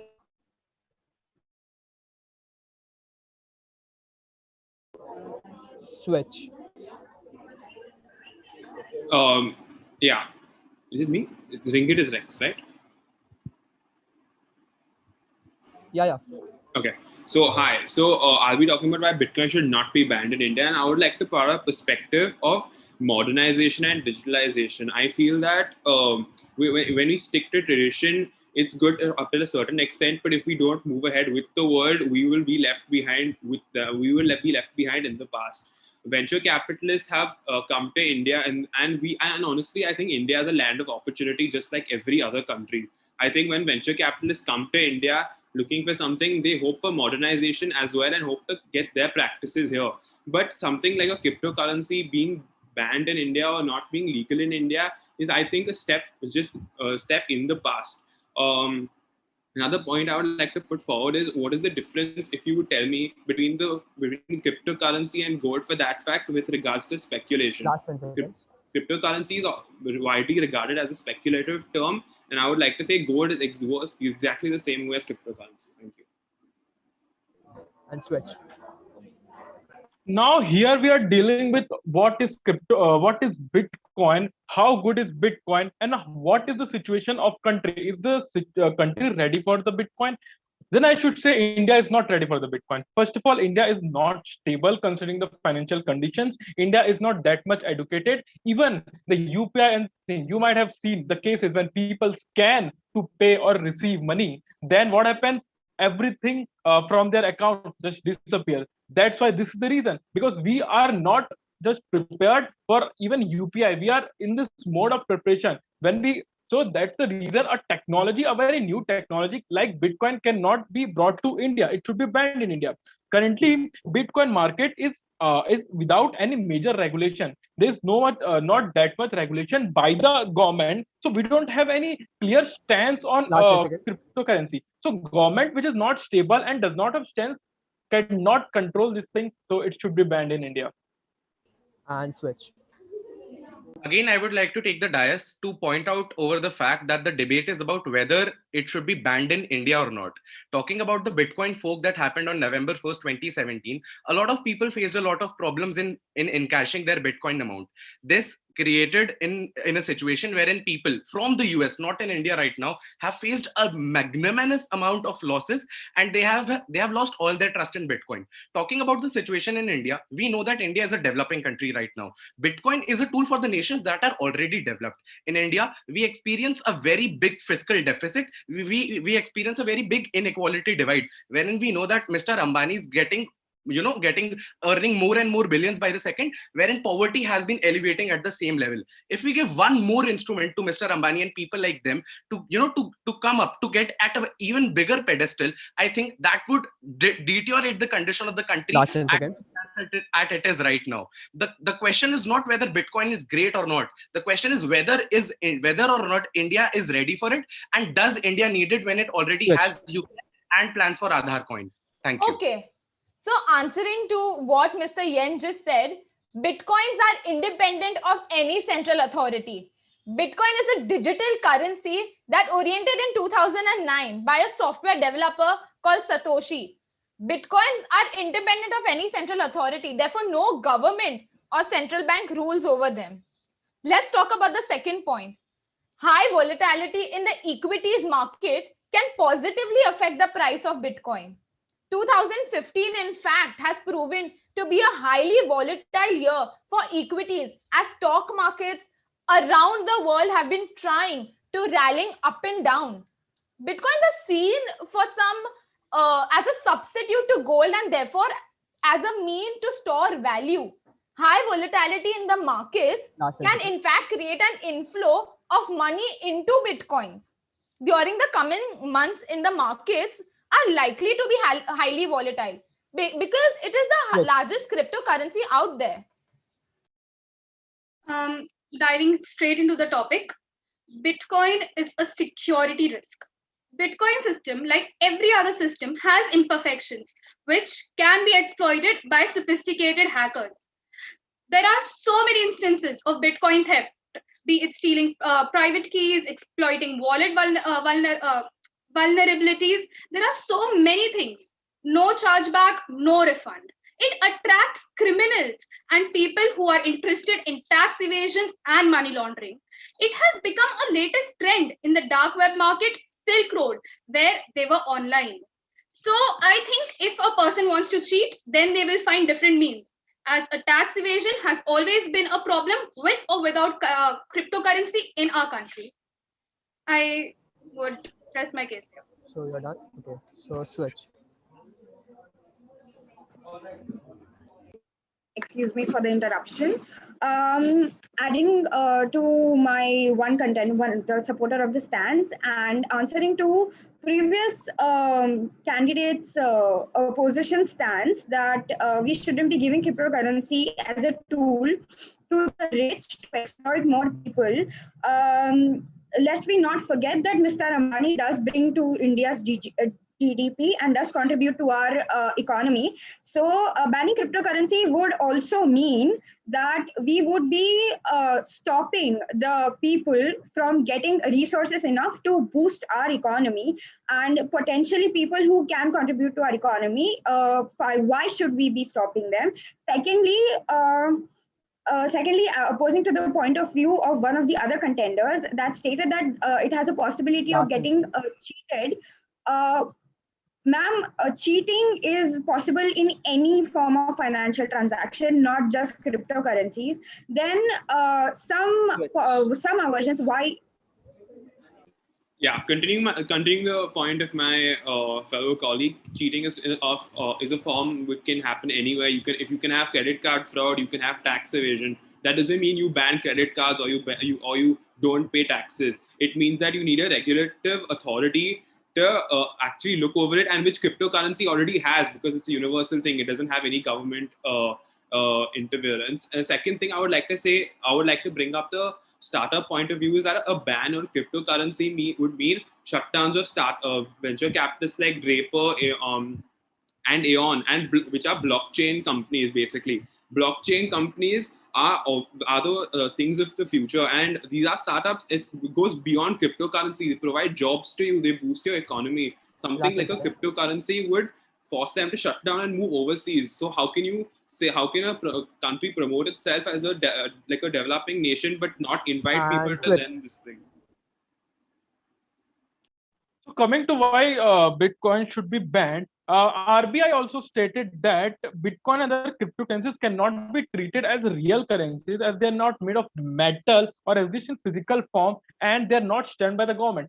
So the very fact my friend pointed out that it's not regulated by the government. It's a very reason why it should not be brought in country like India. Cryptos such as Bitcoin can disrupt rules related to forex outward remittance unless Bitcoin it terms as an asset class, but it is not in India. Allowing cryptos as a legal tender in India to can disrupt the legal tender part of the regulations, especially when India in 2019 more than 44.5 thousand cyber crime cases were registered and it has not been solved. So there is no point in, after all these points, there's no sense in bringing Bitcoins to India. Thank you. All right. So I just take this last element to counter a lot of questions that were raised in the previous conversations. The first being that the fellow OTSC member said that there is no regulating authority because there is an independent organization. Madam, we are talking about the country of India right now, wherein people take things on credit when they have a personal relationship with the shopkeeper. If I tell you that people who have been living under the umbrella wherein powerful despots, whom we call rulers, have been ruling us, making an entry of an independent organization is very difficult. People have to believe it. People still don't believe in UPI. Making them believe about Bitcoin and implementing all that budget into making awareness about that makes no sense to me. Then talking about the point wherein Madam one more contestant mentioned about FDIs. The reason why people invest in India is not because India's Bitcoin is powered by Bitcoin. It is because India has a lot of untapped virgin resources that are yet to be capitalized. So I think these are the two reasons why Bitcoin does not make sense in the growth of India, because India is anyway growing. We need more and more in-house innovations such as Aadhaar coin. And switch. Let's talk about what Mr. Yen and Mr. Rupee constantly use the word sense. Okay, let's throw light on it. Bitcoin is arguably one of the most liquid investment assets due to the worldwide establishment of trading platforms, exchanges, and online brokerages. You and I can easily trade Bitcoin for cash or assets like gold instantly with incredibly low fees. The high liquidity associated with Bitcoin makes it obviously a great investment vessel if you're looking for a short-term profit. Digital currencies may also be a long-term investment due to the high market demand. Let's talk about job opportunities and new opportunities. I think a lot of people mentioned about that. Bitcoin and cryptocurrency trading in relatively young, new coins are becoming mainstream on a daily basis. The newness brings unpredictable swings in price and volatility, which actually does create opportunities for massive gains. There's minimalistic trading, low inflation rate. Okay, so number one, I would like to mention that yes, cheaters will find a way. The point is, why give those cheaters another means to do it? And number two, I think we have steered this conversation into GDP and everything else. Why are we not talking about the environmental ills of Bitcoin mining? Bitcoin mining consumes vast amounts of electricity. According to Business Insider, some of the biggest Bitcoin mining companies based in China, the power comes from dirty coal plants and horrifically smog routines, which makes it even unsafe for healthy adults. In the long run, widespread adoption of low or no emission energy production will hopefully mitigate the environment ills of Bitcoin mining. And in the meantime, it's a growing threat to an already fragile planet. India itself is one of the most polluted countries out there. Why do we need more incentive for it to grow? Thank you. Okay, and switch. I would like to mention that the decision taken in 2019 to ban cryptocurrencies altogether from the Indian market is similar to the total ban implemented in China, similar ban, completely same, where both the countries plan to possibly introduce their own cryptocurrencies. In such a case, why ban other currencies which may prove to be far ahead in terms of value and far more innovative for the Indian youth and rather the global youth who have already been adept in the same thing? Secondly, you don't have to keep Bitcoins in circulation for it to be legalized in trading. Thus, banning it entirely comes off as a rather backward movement. Thirdly, in-house innovation can also be in the form of cryptocurrencies. So some previous contenders stating that India is invested in, because there's innovation in untapped market in other avenues. Why would we stop one more avenue for Indian youth to explore? And lastly, when global movement is rising towards sustainable energy movements, And then I don't switch. understand why cryptocurrency can also not be paired with that. Finally concluding, I would like to say two things. Firstly, about price volatility and bubbles. I would like to say that every new asset class or every new sector has a certain element of volatility in it, but this can be countered and risk can be minimized by having a cost averaging SIP-like method, of which forms of investment can be made. And let me remind you that this method was used for for companies like Google, Tesla, and PayPal when they also came up. And look where they are now. They are a very sustainable company, and some would say they're a company that have been here for hundreds of years. Secondly, I would like to say, and I would like to finally say that I think Bitcoin deserves an open dialogue because of the structure of our country. Our country is a democratic nation, and for organizations and or people to just come out and say it's bad or it's not worth it without having proper facts or having proper knowledge about it, and honestly not seeing the full potential of it, is something that is a little. It's the opposite of hindsight. They aren't seeing the future of it. So I really think that an open dialogue should be maintained, and the positive should be seen. No, I think to what my friend said about the mining, Bitcoin uses GPU technology intended for gamers to do their mining. They are effectively hogging most of the GPU stocks. India's struggling with the value of rupees. The Bitcoin is destroying the value of real money. Different countries have different currency, and the value of one currency is not the same in other countries.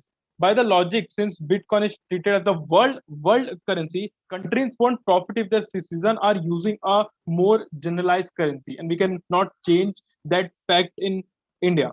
Okay, and Bitcoin has no significant advantage over any other currency when crypto does not add any special value for remittance, even if we ignore the cost of transaction in other currencies. Thank you. So we are done with the group discussion. So Sagar sir, the floor is open for you for any questions. Is it mandatory for me to ask questions to each and everyone, or I just want to focus on someone I can ask, because I can. So it's completely on you. Considering Bitcoin is not a topic where I have my expertise in, but yeah, probably I can enhance my knowledge by getting some of the knowledge with you. Before asking you questions, I think all 6 of you did amazing work. I never thought that in 15 minutes, I guess you got 15 minutes to prepare. It's a very tough decision for me to choose 4 out of 6. And yeah, it wasn't expected from, yeah, but I think you should show also the same character in lectures also. Okay, moving on to questions. I have one question to Simi Euro. Can you exactly tell me the procedure of mining? Can you emphasize on and how actually mining takes place? Yeah. So to be very honest, I am not very well versed with Bitcoin. It was a novel topic for me as well. But as far as I have learned in the past 15 minutes and hearing all my fellow contenders. You said how is it related to pollution and yes. Yes, yeah. Can you focus on that? So Bitcoin mining requires a lot of electricity. These electricities come from coal plants. Bitcoin mining, okay, I think I'll start with what basically Bitcoin mining is. So by mining, you earn cryptocurrency without having to pay down money for it. So all this electricity through the mining comes from dirty coal plants and all of that. The main place is China, as far as I know, according to Business Insider at least. Okay, and, thank you. Yeah. OTSE 1, I have a question for you. I would like to ask. Yes, sir. Yeah. So I would like to ask you, why is it said that Bitcoin founders are anonymous, and why the organization is considered anonymous? So, could you repeat your question? I think Sorry, I cannot hear you, sir. Yeah, the term anonymous is attached to the establishment of Bitcoin. Why that particular term is used? Do you know the reason? I am not exactly aware of the reason, but up to my knowledge, venture capitalists have poured tons of money into the Bitcoin ecosystem. Different services and apps enable the end user and are now, in fact, available for the non-technical consumer. As more products are yet to be built and yet to be used in the Bitcoin ecosystem, maybe the adoption rate of Bitcoins might increase and it's with its demand. So maybe because of that, the people are termed as anonymous. Thank you, TSC. Okay, Peso, I have a question for you. Can you tell me any alternate cryptocurrency, and can you emphasize on any one of that? So there's Bitcoin, there's Dogecoin, sir, there's honestly, there is, if I'm not wrong with the research, then there are 657 kinds of cryptocurrencies. So there are a lot of cryptocurrencies. China is planning to come up with their own cryptocurrency. Ringgit, can you emphasize on any cryptocurrency or government-based or government-focused Indian cryptocurrency, and can you emphasize on that? As far as I know, I think I'm not too sure about government-based cryptocurrencies. I can probably tell you in general about the cryptocurrency. No, it's okay. Rupi, hi. Can you tell me, since we have, it's not the case that in cryptocurrency is a new concept, can you emphasize on the gold market and why is there any particular currency which emphasizes on, particularly gold and not anything else? No, sir, I don't have that knowledge about the gold. The thing is, I believe that Bitcoins are not regulated by the government. So at this level in India, it should not be brought. And other things and other currencies which we use, say gold or anything which is used in India, everything is governed by the government. And such an uneducated country, not developed country, and government is not regulating things, so that currency won't be. And the rates are also in every country, the rates will fluctuate. Yeah. Okay. Yen, just tell me on the initial beginning of the cryptocurrency in 2009 when the it was initiated. Can you emphasize on that a little bit, or can you put some light on it? Yes, sir. So when Bitcoin was initially introduced, it was not, honestly, for at least an year, it was not given the limelight it deserved. And I had to speak about why I wanted to be banned, but I think I somewhere agree with the other participants that if it is regulated properly, it could actually result in something good. After it was launched, it was used, and it was used by the big players, as they say that venture capitalists and multi-billionaires have been investing into it. And that is how the whole currency got hyped. Talking about the security features, I think the point of anonymity is just to ensure that there is no key player involved. So whenever you are having a transaction, you have that peaceful state of mind that I'm not dealing with some big autocrat wherein my money can get into trouble. So I think that was the basic idea around it. And then the whole blockchain systems got developed, and now we can see where cryptocurrency is at. So I think, yeah, that could probably answer your question. Not really, but fine. I will consider it as an answer. That is because I have no idea about how it started, honestly, because I have not been following it. It's also new for me too. Considering, I'm not the person who will probably invest in Bitcoin. Possibly, that professors don't earn that much money, so they invest in Bitcoin. But I guess it was overall so may I get back to you on your question, actually? If it's all right? No, it's not all right. Okay, time is up. Yeah, the train has left the station. Yeah. Okay. Now, how are we going to do, Aniket? I'm going to announce the results, or right here, or I'm going to tell you on the phone or something like that. So on the phone. Okay, give me a call. Let's get on a call. Yeah, I'm just going to try to start. And also on the time next round. So we leave the meeting. I would request the participants to, if you want to leave, you can leave, but you have to join in 10 minutes. We'll start the next round make sure you start it in 10 minutes. Yeah. So may I say something before we all leave? If So one the minute, evaluation, don't switch off your videos. Let me take the photograph of you all. So by the name probably I will not remember who was who. So now this is better, so I can figure out. Yeah, thank you. Yeah, you had a question, Peso.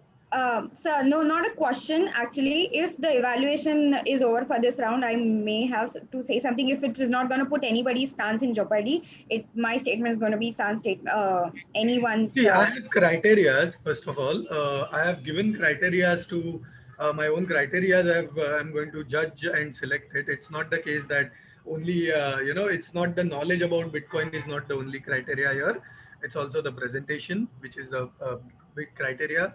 One of the very important criteria, which is important for a legal field or when we are talking about debate, is the confidence behind that will be also considered, and also the flow in which you make your point is also very important from the point of view of my judging. So if you think that if you're lacking in one individual, that doesn't mean that your chances are over, and I will try and give a unbiased judgment. You have any questions still further? Sir, my thing was not absolutely and had nothing to do with your judgment. I just wanted to introduce a piece of information because I rather enjoyed this discussion debate. Anything right now that will be not right, that you are getting extra time to. Yeah, that will be unfair towards the other participants who have actually. I do not wish to be evaluated on this. I do not wish to be evaluated. But will be. Okay, understood. I can be biased then. Okay. Okay, thank you. Aniket, give me a call. Try to start the next round also on time. Yeah, thank you. Yes, sir. So I would like to thank you very much for your valuable insights and also the OC. I did not know about Bitcoin and I have learned a lot. Thank you so much for the opportunity. Thank you. Thank you, sir. Thank you.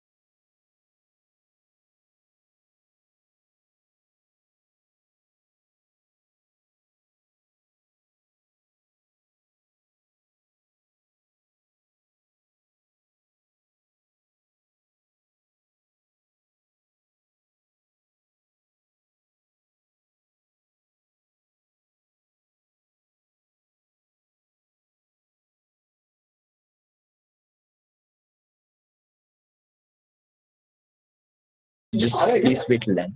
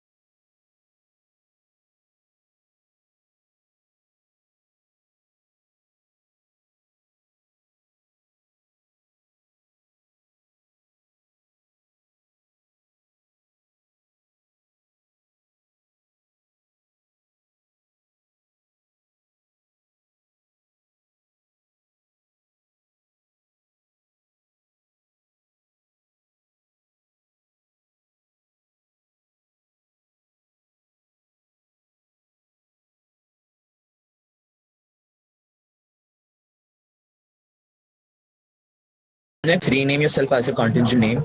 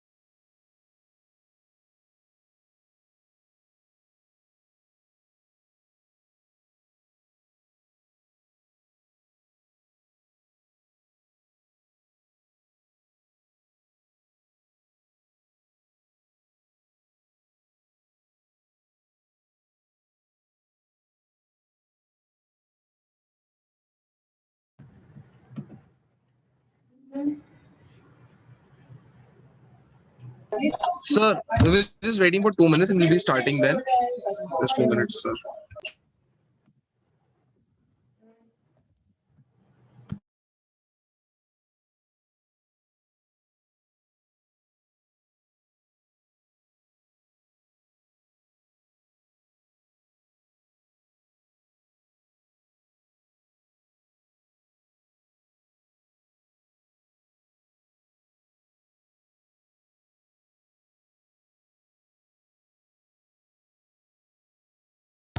So we'll be starting right now.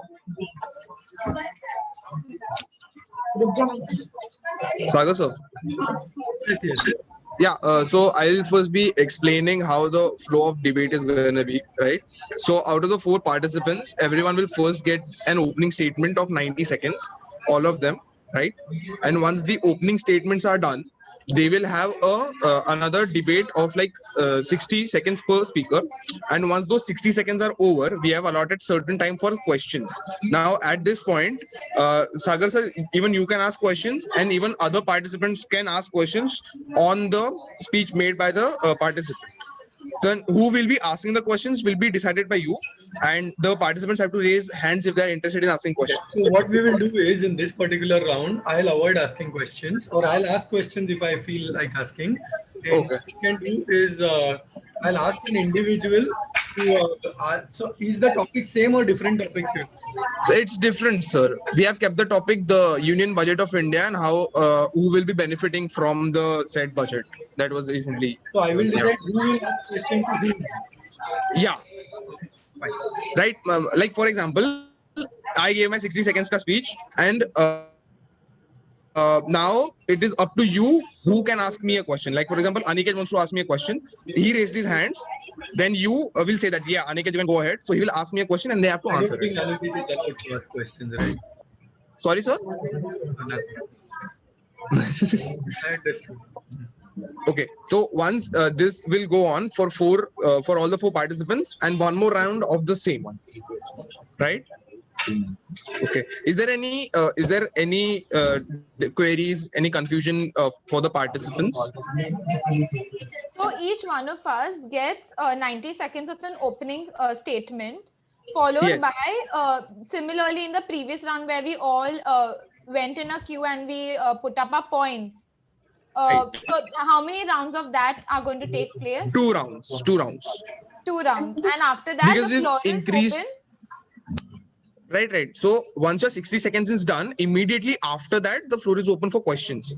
And once your questions are done, then the next participant will go and Floor this is will not go. open for question. I will decide. Like, sorry, sir. Yeah, sir will decide. I'm so sorry. Okay. So that will happen after the 2 rounds, right? No. After each round. Okay. Once you are done speaking, then sir will decide who can ask you a question. Understood? Any other queries, guys? Like, is that it? After the 2 round and the question answer is done, the debate is over. Yes. Right. Yes. Any other questions? Right. So, if there are no questions, I'm assuming they're not. We'll start in 2 minutes, sir. Is that fine? Keep your cameras on, all of you participants.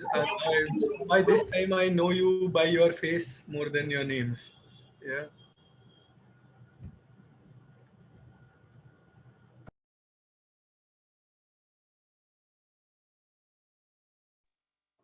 I hope I'm audible.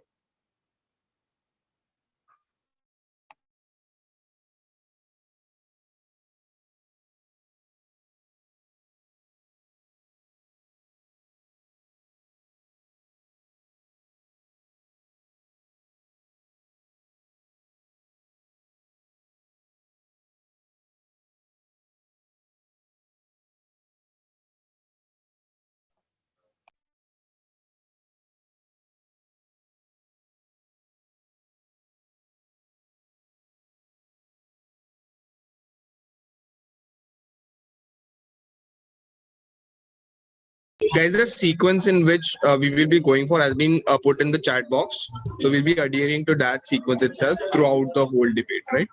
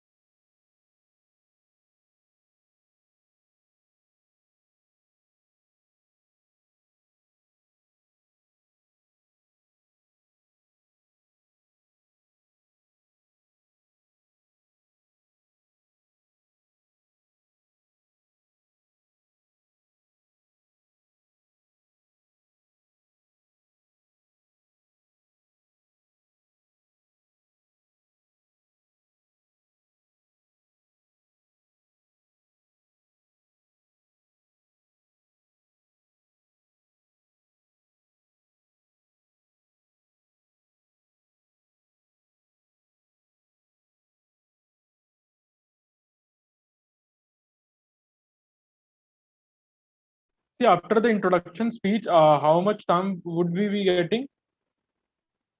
After the introduction speech? After the introduction, it will be just continuous, like what happened in the first and second round. Like we don't want, we want the flow debate to be continuous. Like we don't Like want a break 60 in seconds, between, so 60 that will be seconds. late. थोड़ा link wing टूट जाएगा, so it is not optimal.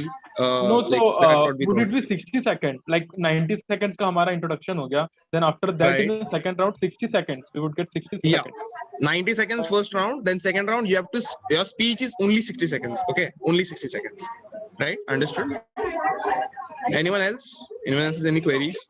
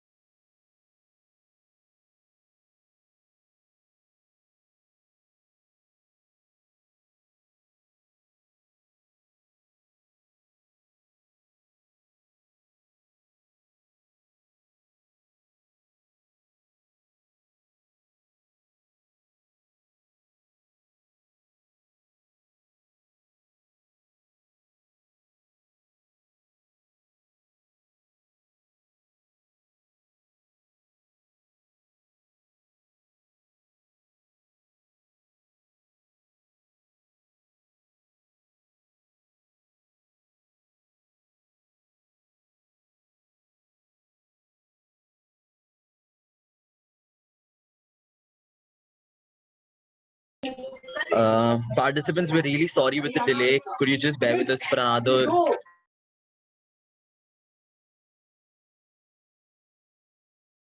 How much time extra do you need?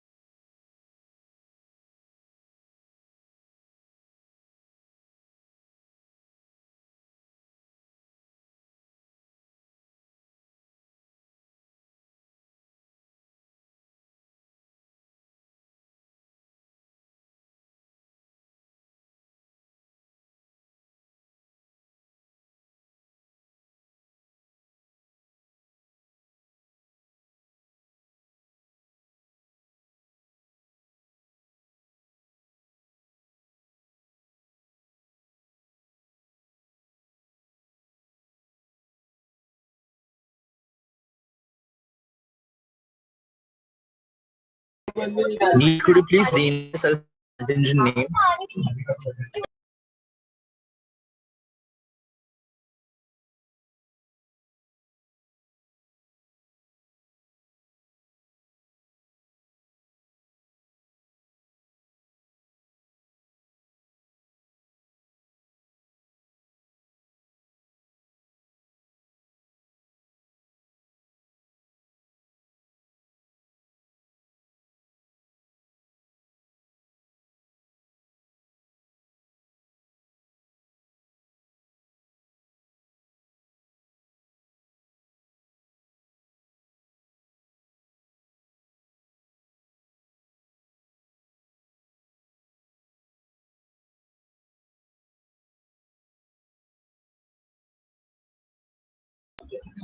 All right, participants, we're really very sorry for the delay. We're going to be starting right now. So Mithil is going to be explaining the flow of the third round again. There's a little twist for all of you. So Mithil is going to be talking about it. Yeah. So guys, with consideration and with talking with Judge Sagar sir, we have decided that we'll be adding all the 6 participants again. So therefore, the result of the final round will be based on the second round as well as the third round, right? Okay. So since we're gonna be doing that, we're changing the timings a little bit. As I said before, the opening statements will be 90 seconds each. For now, we'll be keeping that 60 seconds since participants have increased for the same. And for the debate part as well, we'll be allotting 45 seconds for your initial speeches. And the space for questions also will be a little shortened because the speakers are increased, right? Are there any doubts for this? So now everyone is in the final. Yes, Yeah. everyone is in the final. All 6 people are in the final, whereas all 6 people will get a chance to speak. And according to your performance in your second round and third round, I will decide first, second, and third winners. Also, sir, we have one participant who isn't there as of now. She had a few issues. So what we decided, sir, now we can't delay the event more. What we decided is when she joins, let her give her speech in the end. If there are any questions, the participants can ask by your discretion, of course, and then we'll go ahead with the recording. All right. So at what time will you start? Don't ruin the spirit of the final competition, final round. Yeah, all of you are in the finals. Best of luck, everyone. Make sure your videos are on. Yeah, you all 6 of you have performed really well. It's been a very tough competition. Yeah, so let us start with the last round. So we'll start, sir. As has been sent in the chat box, the first contingent going will be Rupi, I believe. Yeah, Rupi.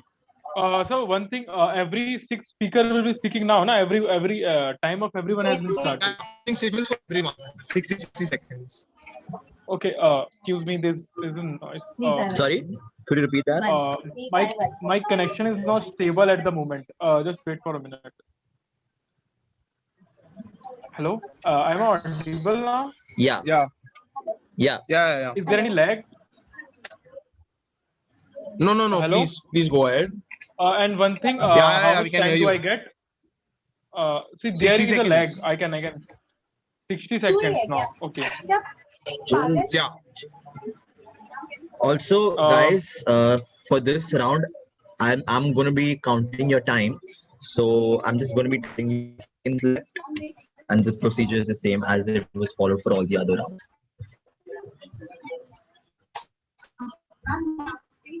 Sorted. All to go, Rupi.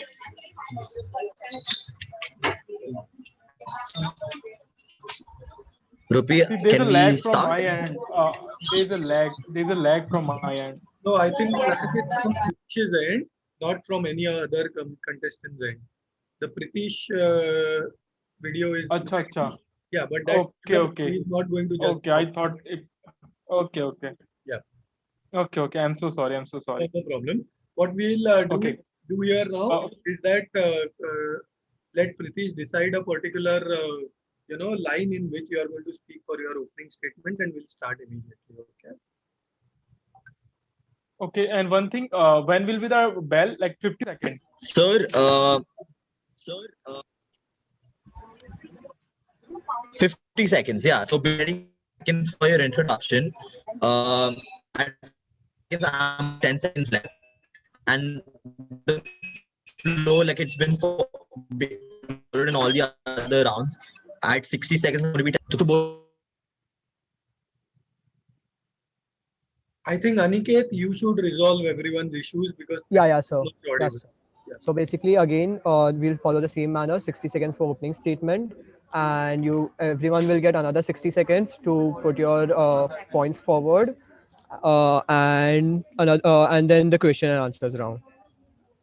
No, Aniket, that was not decided. I guess I think it was 60 seconds opening statement, and then 45 seconds debate time which was given, and then after debate point the question answers were given.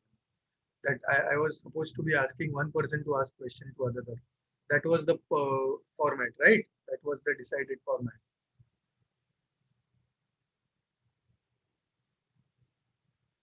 Yes, sir. So sorry, sir. Yeah, you are absolutely right. 60 seconds for opening statement So and 45 let seconds. me explain the rules to all the participants. Now all 6 of you, first of all, you will get 60 seconds. Aniket will tell you the order in which you will talk for 60 seconds for your opening statement. Am I right? After doing that, what you can do is in the same order, you will start speaking for 45 seconds each. When you are done with your 45 seconds, I will ask one of you to ask the other one a question. Am I right? You have to answer that, and then immediately we'll start with the another participant for his 45 seconds of debate. We'll have 2 rounds of the same thing which I just discussed. I don't think any other issues are there yet. I have made the rules clear. Am I right? Any doubts, anyone? Pritish, was I right? So we have to talk. Yes, sir. Yes, sir. Talk and then answer a question. Ask a question. Yeah, I will tell you who will ask whom. Okay. So basically, 2 people talk, then you will be telling who would be asking the question. Listen. First round will be opening statements. Uh-huh. 60 seconds will be allotted to everyone without any question and answer. Am I right? And after that, everyone will each and individual will talk for 45 seconds, and there will be one question, and then we'll move to the second participant. We'll have 2 rounds of the same thing. Okay. Am I clear, Ringit, now? Yes. Yes, Malaysia is clear about it? Okay. Guys, I've sent the sequence on the chat box. I'll just repeat it once. So rupee goes first, followed by peso, then OTSU1, then yen, ringgit, and at the end it's euro, and then again rupee follows it. Cool. Let us start with the opening statements now. Yeah. So rupee, you start in 3, 2, 1, go. See, the main feature of this union budget is basically disinvestment, strategic disinvestment, and privatization, because we had to deal with 125% of increased health expenditure and the expected 9.5% of the GDP fiscal deficit. It was so important to recapitalize, to gain money in the stop loss. So what the government did is the privatization, disinvestment, to earn the money and to stop the losses. So to earn the money, good companies, trustworthy companies like LIC are in the market, which would get a good price in the stock market, and hence the government would be able to gain money. Now coming to the PSUs, which suffered a lot of losses. For example, Air India, BSNL, they were suffering 8,000 crore and 14,000 crores of losses. So government has disinvested in Last them. 10 seconds. And one very important thing, there is a strategic and non-strategic sectors clearly defined in this budget. This is the very important feature of Union Budget 2022. Hello, everyone to the house. Now, I'd like to say my opening statement. So, this year's budget lays focus on the 7 pillars of reviving the economy: health and well-being, physical and financial capital, and infrastructure, including development for aspirational India. Reinvigorating human capital, innovation, and research and development, and minimum government, maximum governance was one statement that was taken up by our financial minister. So we are dealing with a pandemic hit economy, and for this disinvestment and reinvestment into our own economy is the need of the hour, as well as the healthcare. So since the healthcare sector's improvement is the need of the hour, the financial minister proposed new centrally sponsored scheme, PM Atmanirbhar Swasth Bharat Yojana, with an outlay of about 64 crores over 6 years. Now, this economy focuses on inclusive development as well as taking the previous economy out of the depths of the pandemic. The Indian Union budget 2021-22 was all about reviving the economy that got severely hit by the unprecedented pandemic. To bring the country back on track, the focus has been laid on healthcare and infrastructure with an eye on achieving the vision of Atmanirbhar Bharat. Let's talk about the good things about the middle class good things for the middle class. The good news is that the tax slabs and tax rates stayed the same. There was also the good news for senior citizens who only earn a pension and interest income. They will now be exempted from filing income tax returns. This should be of some help, particularly to retired public sector and government employees. Also, there was no introduction of wealth tax or any fiddling around with the capital gains tax on stocks. Before starting with my opening, I would like to quote this statement by Mr. Sir Abraham Lincoln. That is, a democracy is a kind of an arrangement where the government is formed of the people, for the people, and by the people. Now, my fellow friends have been talking about the great insights of the budget that, we have seen 137% in the health budget. Okay, I'll break that down for you. Sometimes what happens is that we just focus on facts so much that we actually forget to think about the reasoning that has been put behind it. The budget in 2020 was 72.934 crores. If I remove all the extra things that have been included just because of the pandemic, the budget stands at 79.602 crores. It includes the budget of 2.23 crores includes a one-time payment of vaccination, that is 35,000, and also some grants which almost equate to around 100 more crores. So we need to understand that the budget is progressive, but it is only made by keeping the mind in place and not the heart in place. I will talk more about it in the upcoming element. So I would like to talk about the not so good things about the budget.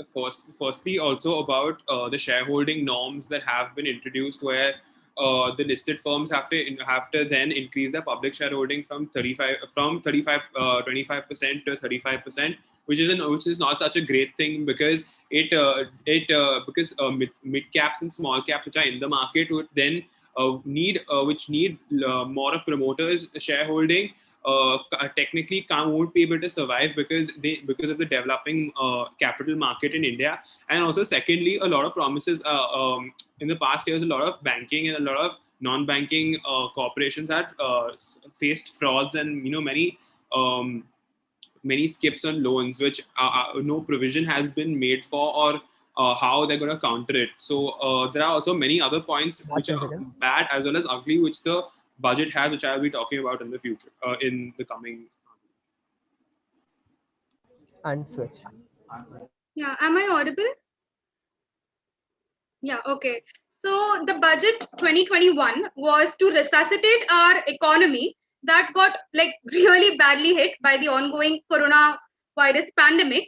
And to focus on this, we laid the main vision into healthcare and infrastructure.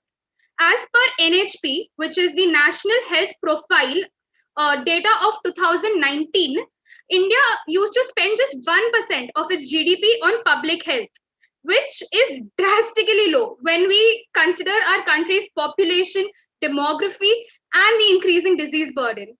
So now, in this in this budget, we have made a whooping rise of 137% from the budget last year, which is worthy of applause. We also intend to focus more on the capital expenditure. Now let's talk about the employment, as I talked about the good sides. Now coming to the wrong sides, employment has a very little say in the recent budget. See, budget has no mention about the rise in the economic inequality during the last year. 2020 poor lost the job, corporate India's profit zoomed, but there is no distinction between them. There's no need. They have not intended to ensure that everyone gets the job back. Now there has been a reduction in the education field as well. The students are also affected, but the budget for the school and for the higher education both have been reduced. I oppose that. I'll talk about the railways. 109 route and 150 train for 35 years have been privatized, have been given to the private companies. That's good. So the floor is open for questions. So whom do you want to ask the question? Anyone particular who wants to ask a question? What he exactly said? Yeah, OTSC, go. Actually, I was going to choose you only. Okay, thank you so much, sir. I think my fellow colleague spoke about employments, and so I would just want to ask you as to what has happened to allocations in the Mahatma Gandhi National Rural Employment Guarantee Scheme. Isn't it providing a lot of job opportunities in the rural sector?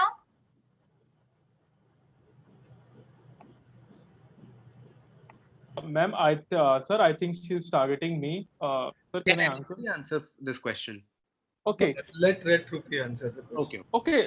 Ma'am actually said that there has been deficiency. The big companies, their profit has been zoomed a good time. Okay. And the 2020 poor people have lost a good job. So the budget has not considered this thing. The budget has not considered the inequality which the pandemic has brought. I'm talking about that employment, yeah, I think you're talking about employment, so I've answered this your question. Okay, fine. Next. Let's not discuss it further. Next we have, I guess, Peso. So you can start with the 45 seconds. Your time starts in 3. Just a doubt. We are done with the question answer round, or are we open? Is the floor open for questions? After your 45 seconds, you are open for questions. Okay, wonderful. Everyone will get a chance to ask a question. At the same time, you will get a chance to answer the question. Understood. Okay, so you start in 3, 2, 1. There are a few points that I would like to highlight that happened in the budget. The first one is that the reduction of capital requirement by SC and ST community, women community, and the entrepreneurs that are developed there. The marginal capital requirement to starting up a business went from 25% to 15%. So that's a very drastic reduction. Second point from the budget is that the introduction of LIC IPO that will be introduced this year.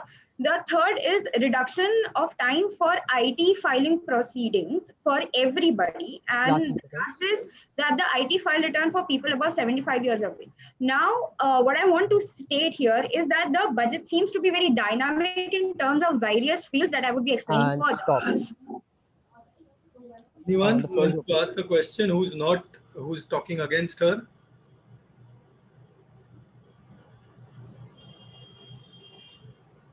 Yen, you are talking from her point of view only, right? Sir, I'll be very honest, but I wasn't able to grasp the root point, so that's why I don't have any question. She just stated some of the points which were declared in the budget. Do you have anything to say relating to it? Sir, Nirmala, yes, sir, and you don't have to ask a question. You can just add something. Sir, I think that a lot of opinions were not being made and a lot of analysis were not being done. So, yeah, I don't have that question to ask. I think we'll move to the next. I think, sir, there are some network issues. No, it is okay. I have understood what he was asking. Let's just move to the next participant. Yeah. Do I get to answer or do I get to? Actually, it wasn't a proper question. You still want to say something, you can. I did not ask her. So as I said, on what the point you said, yeah. As I said during my 45 seconds was first that I would be reiterating it again and explaining my point of view in the next slot that I get. And my last statement was that I do perceive the budget to be more inclusive here. So that was my stance in the last segment. In the next segment, I'll be explaining it a bit more. Okay, next. So now do I get to question, sir? No, now you don't. Acha, okay. Some problem is you'll get to ask the question only once, right? Acha, okay. Yeah. Okay. Okay, so next I guess we have OTSC 1. Your time starts in 3, 2, 1, go. I think in the opening statements, one of my fellow colleague mentioned that apart from lower tax collection, is there any other reason for this jump? So let me throw light on the fact that the Food Corporation of India, the FCI, buys rice and wheat directly from farmers and sells it at a much lower price through the public distribution system. The government has to compensate the FCI for this subsidy. In fact, until last year, The government did not compensate FCI completely for this. Among other things, the FCI had to borrow money from the National Small Savings Fund, where all the money from saving schemes ends up to meet the done. gap. Is my time done? Yeah. Yeah, time is up. Anyone wants to ask a question who have not asked previously? Yen, go ahead. Can you elucidate more on the cleaning up the books aspect of the government? Because like I can just add a line so that you can get a better perspective. What the government did was to highlight the budget in a bigger number, but what they actually did was to clear up the debt with the NSCI. So can you elucidate a bit more on that? You mentioned. Yen, I would just like to ask you, are you aware of the innovative proposals in sale of surplus land line? I don't think that you're allowed to cross question. You can either answer or not. Oh, okay. Thank you for that. So, answering to what Mr. Yen just asked me, one of the innovative proposal is actually sale of surplus land line with government ministries and public sector enterprises. This is actually a good way to raise money to fund infrastructural projects. The government, in fact, has increased the FDI limit in insurance company to 74% from the current 49%. I hope that answers your question. Yeah. Please don't start both of you again. Next. Yeah. So I think it's my time now. As I previously mentioned, the democracy should revolve around the people. And after seeing 8 slow quarters, there was literally no need to promise 4 states that they will be getting infrastructural developments. Am I audible? I think my screen is frozen right now. No. We can hear you properly. So it was not really required to promise infrastructural developments to the states where we know that election is going to take place. As I previously mentioned, the budget was sought after reviving the economy. But the one thing that the government really forgot to account for was the human element. People have been suffering on the roads during pandemic, and yet no arrangement was made. We were told that RBI is acting, but RBI was acting upon very slowly. So rather than getting yourself short of votes, the government could have actually incorporated a certain bit of amount And for you the are people done. guarded by the economy during quarantine times. Thank you. Anyone wants to ask him question relating to roads other than OTSE? The thing which he said relating to government's work relating to roads and everything. Anyone wants to ask who have not ring it? I think you have not asked. See, sir, I have not related to roads, but other question. I think you have already asked a question. So actually, No, sir, I did not ask. Budget. Okay. May I ask a question? Sure, you can. So the point was mentioned that there was absolutely no need to infrastructural development in the election expecting states. Now, my question is, we do understand that the timing was exactly in the face of the elections, but does that not mean that inevitably, even because of elections, inevitably the state will face some sort of development? Okay, I'll tell you one thing. Do you know the 4 states I'm talking about? One of them is West Bengal, one of them is Kerala. I'll just stop it over there. We know that Kolkata has been undergoing massive development under the rule of the Trinamool Congress. And we also know that Shashi Tharoor has been doing everything in his power to make Kerala a better place. There are plenty other states which require the innovative outlays which were promised, which will never be approved. I can tell this to you right now. But yet, because we know that there will be closing polls in those states, the government made the outlays for those 4 states. That was the entire point of stating that fact, that even we know when the elections are coming, we will see a biopic on Narendra Modi. Otherwise, pure year, there is nothing. So we need to really reiterate on those points.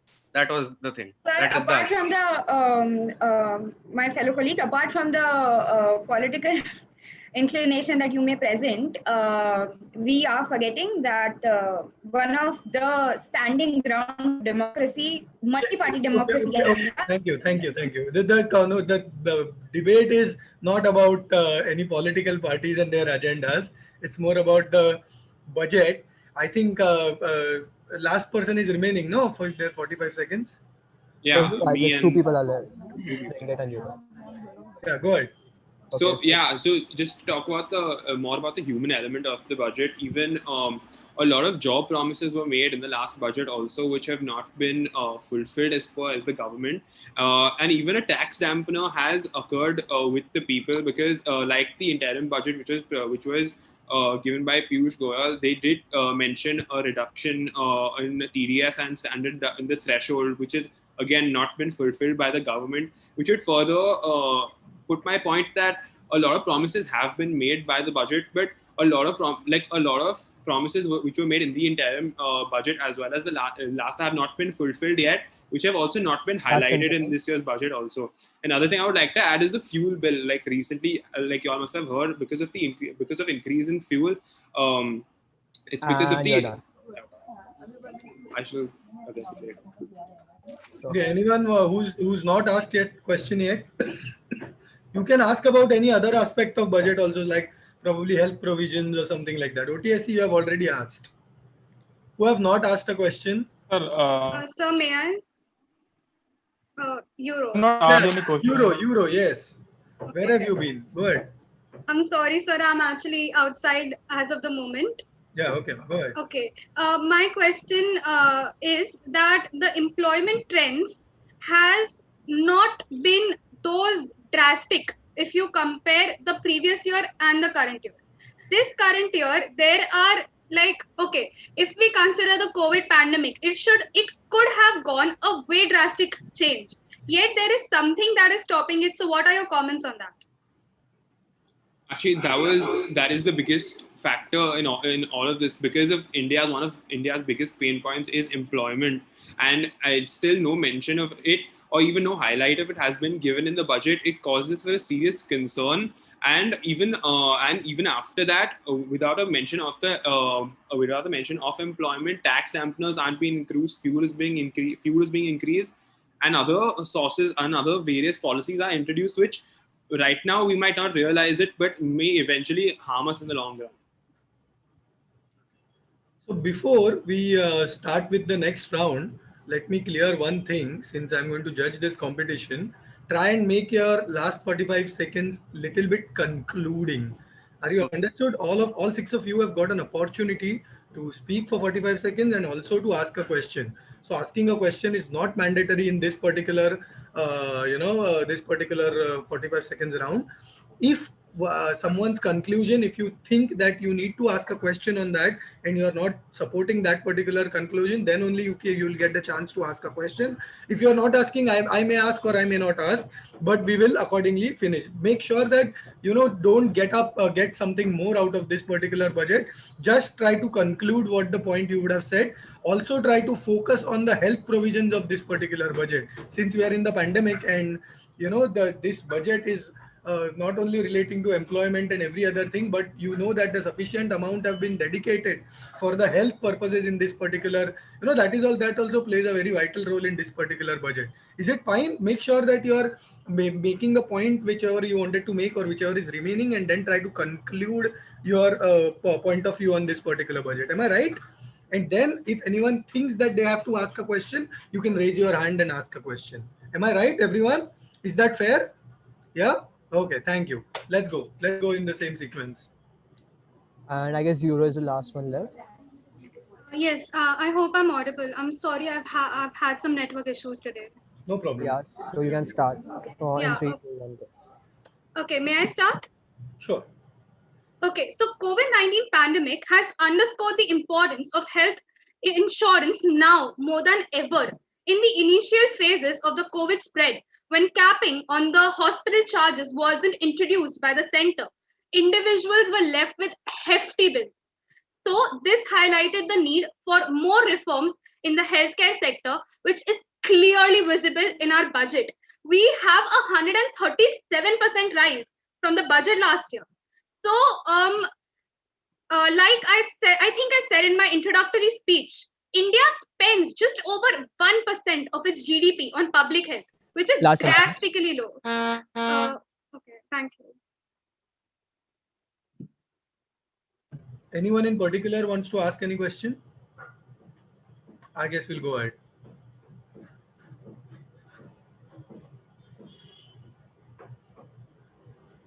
can I start? Yes, you can. The main point of the economy union budget was to bring the economy back. So since the independence, our policies were little conservative. But in 1991, when we were at a loss, then again privatization was introduced to save the economy. The same thing has been done right now.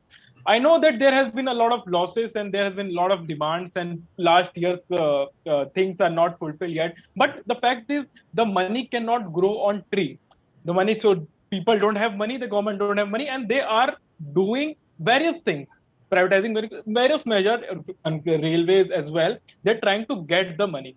And I hope that with all these measures, government gets sufficient money, and all the issues which I had, which my friends have, this would be resolved. Thank you.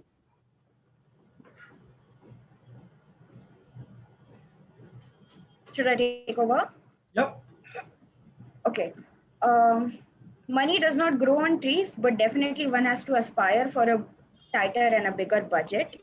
Now, having said that, my previous points were stating that there's a limiting of IT returns, and I also stated that the budget is more inclusive. Why I say that is because now, after the pandemic, in middle of the pandemic, after the last year's recession, we are dealing with a dual tone here.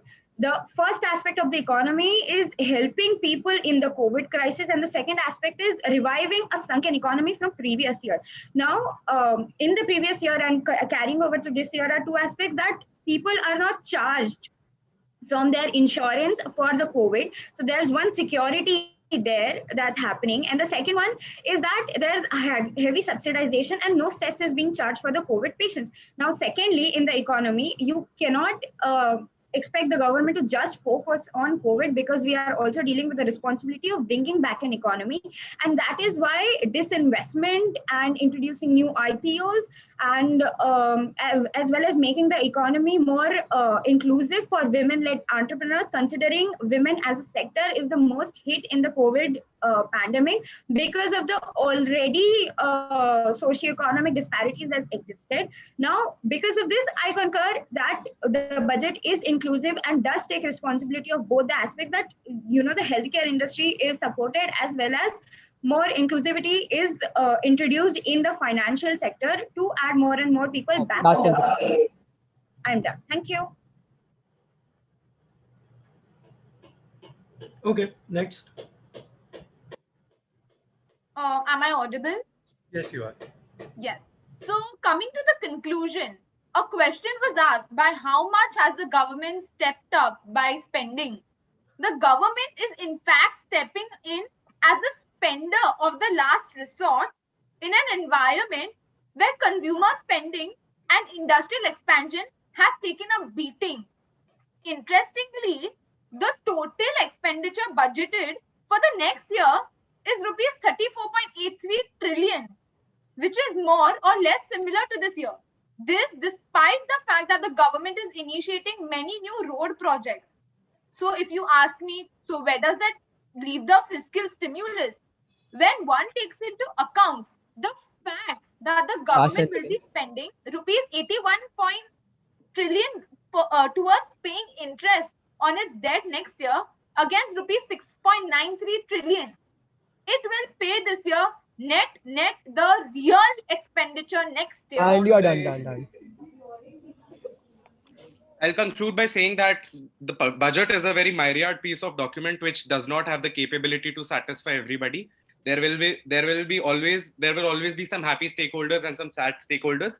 Talking about Shashi Tharoor, he mentioned in his TED talk that India has the most promising youth, which is below the age of 30.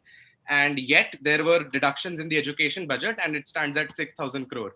Towards the end, I'd just like to wrap up by making a quote on the health budget. That is that if you are in your sane mindset, you can relate it to a happy meal. Almost everything is the same. It's just packed in a better way. Thank you so much.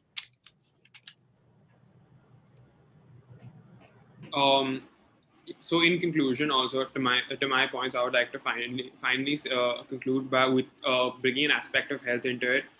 There was a scheme that was mentioned, which was the Pradhan Mantri Yojana, which is basically a number, which is amount which is dedicated towards healthcare. But this scheme fails on many fronts because there is a report by the government in 2018-19 where a lot of packages were either discontinued or they were not serviceable to areas. So I would like to finally conclude by saying that the budget, even though on the outside might look great, the intricacies and the details of it are the real talking points about it. And we should not be fooled by the exterior or the headline of it, but should have the proper details of it. And you're done. Next. Have we done Am it? I audible? No, someone's remaining. One left, you know. Yeah. Am I audible? Yeah. No, Yeah. I can't see your video. My video. So it's on. Yeah, it's on. It's on. Okay. Yeah. Okay. May I start? Sure. Go ahead. Okay. So throughout the course of this round, my focus personally has been on the healthcare sector because considering the current times, it is the most crucial aspect. And when it comes to the budget, it makes me very happy to see the government take initiative towards it. There have been certain things that there are pros and cons to everything, mind it. But when it comes to this sector, they have stepped up, they have taken the correct call, and they have taken responsibility for what is currently happening. So over the next 6 years, the new schemes that have been introduced or supposedly talked about are into, okay, so the new schemes are to strengthen our national institutions and create new institutions for new and emerging diseases. And thank you. So here we are at the end of round 3. I think I don't have any questions for this, but I would like to not give a vote of thanks, but otherwise it was a good competition. It was, though it was a little lengthy though, but yeah, it actually was very enlightening. Probably the subject of the round 3 was, it was a much bigger subject for a debate. Like, it had to be narrowed down to one of the aspect of budget, then it would have had a better or more fun. But otherwise, round 1, round 2, I guess, taking the subjects down, and Casey, all the event heads, everyone have done a really good job. At the last moment also, you guys made some corrections, changes, which were ethical, which were not, unfair towards any of the parties, I feel. It was, and I assure you that the decision which we are taking is completely taken by me, and it will be, I will be very sad to give the decision because I personally liked all the 6 teams. I would personally call individual and say about what I want to say, but I can't because that will be revealing the, positions which I don't want to apparently. But otherwise, it was a very tough, debate competition. It's been a very long time since I was not teaching in law colleges for so many years. I never expected that undergraduate students or can actually have such a knowledge in these fields, and they are very good in this debate. Even the organization in this pandemic, also online event, it was a good job. Aniket and the team, Ritesh and the team, Jill, everyone, good job everyone. All 6 different currencies here. You are actually worth it. Thank you, everyone. Now, am I supposed to give the results, or I'm going to call you and tell No, you? sir. No, sir. No, sir. Achha, are the ties allowed? Can there be tie for any position? Sir, that is completely. So we wish we could say that was possible, but that is not. Okay. Yes, sir. Okay. Sir, Thank you, everyone. It was fun event to be part of. All 6 participants, I had fun. Thank you very much. Sir, we can't thank you enough for taking time out of your busy schedule and coming here judging this event. And we're very sure that all of the participants enjoyed this competition and will take away loads of things which they have learned from you throughout this whole thing. And I'm sure they will, sir. Okay. Also, I would also like to thank all of the participants for, best thing that happened in 21. Sir, we would also like to thank all of the participants for taking part here. And my birthday party was better. Sir, but we weren't invited, sir. That's the problem. For us, this is the best thing. For me. We would like to thank all of the participants for a very fruitful debate. And we hope that all of you are going home, already at home, taking something valuable back. Thank you, everyone. Thank you. The results, Also, so sorry for the delay that happened. So very sorry. yeah, we Yes, sir. would like to We would like- apologize for all the participants as well for the delays that happened, short delays that happened, and the results will be announced during the closing ceremony. So, guys, thank you so much for your patience, and we hope to see you. Timings for the closing ceremony? Sorry? Yeah, Timing for it the starts closing from 7 p.m. So we'll be sending a link, and then you'll come to know the Okay, results. okay. Thanks a lot. Thank you so much, sir. Thank you so much. Thank you, OC, So we for expect you in organizing future such a conferences as wonderful well. event. Thank you so much. Thank you, sir. Thank you so much, sir. It was nice having you. And thank you so much to the committee and the fellow participants.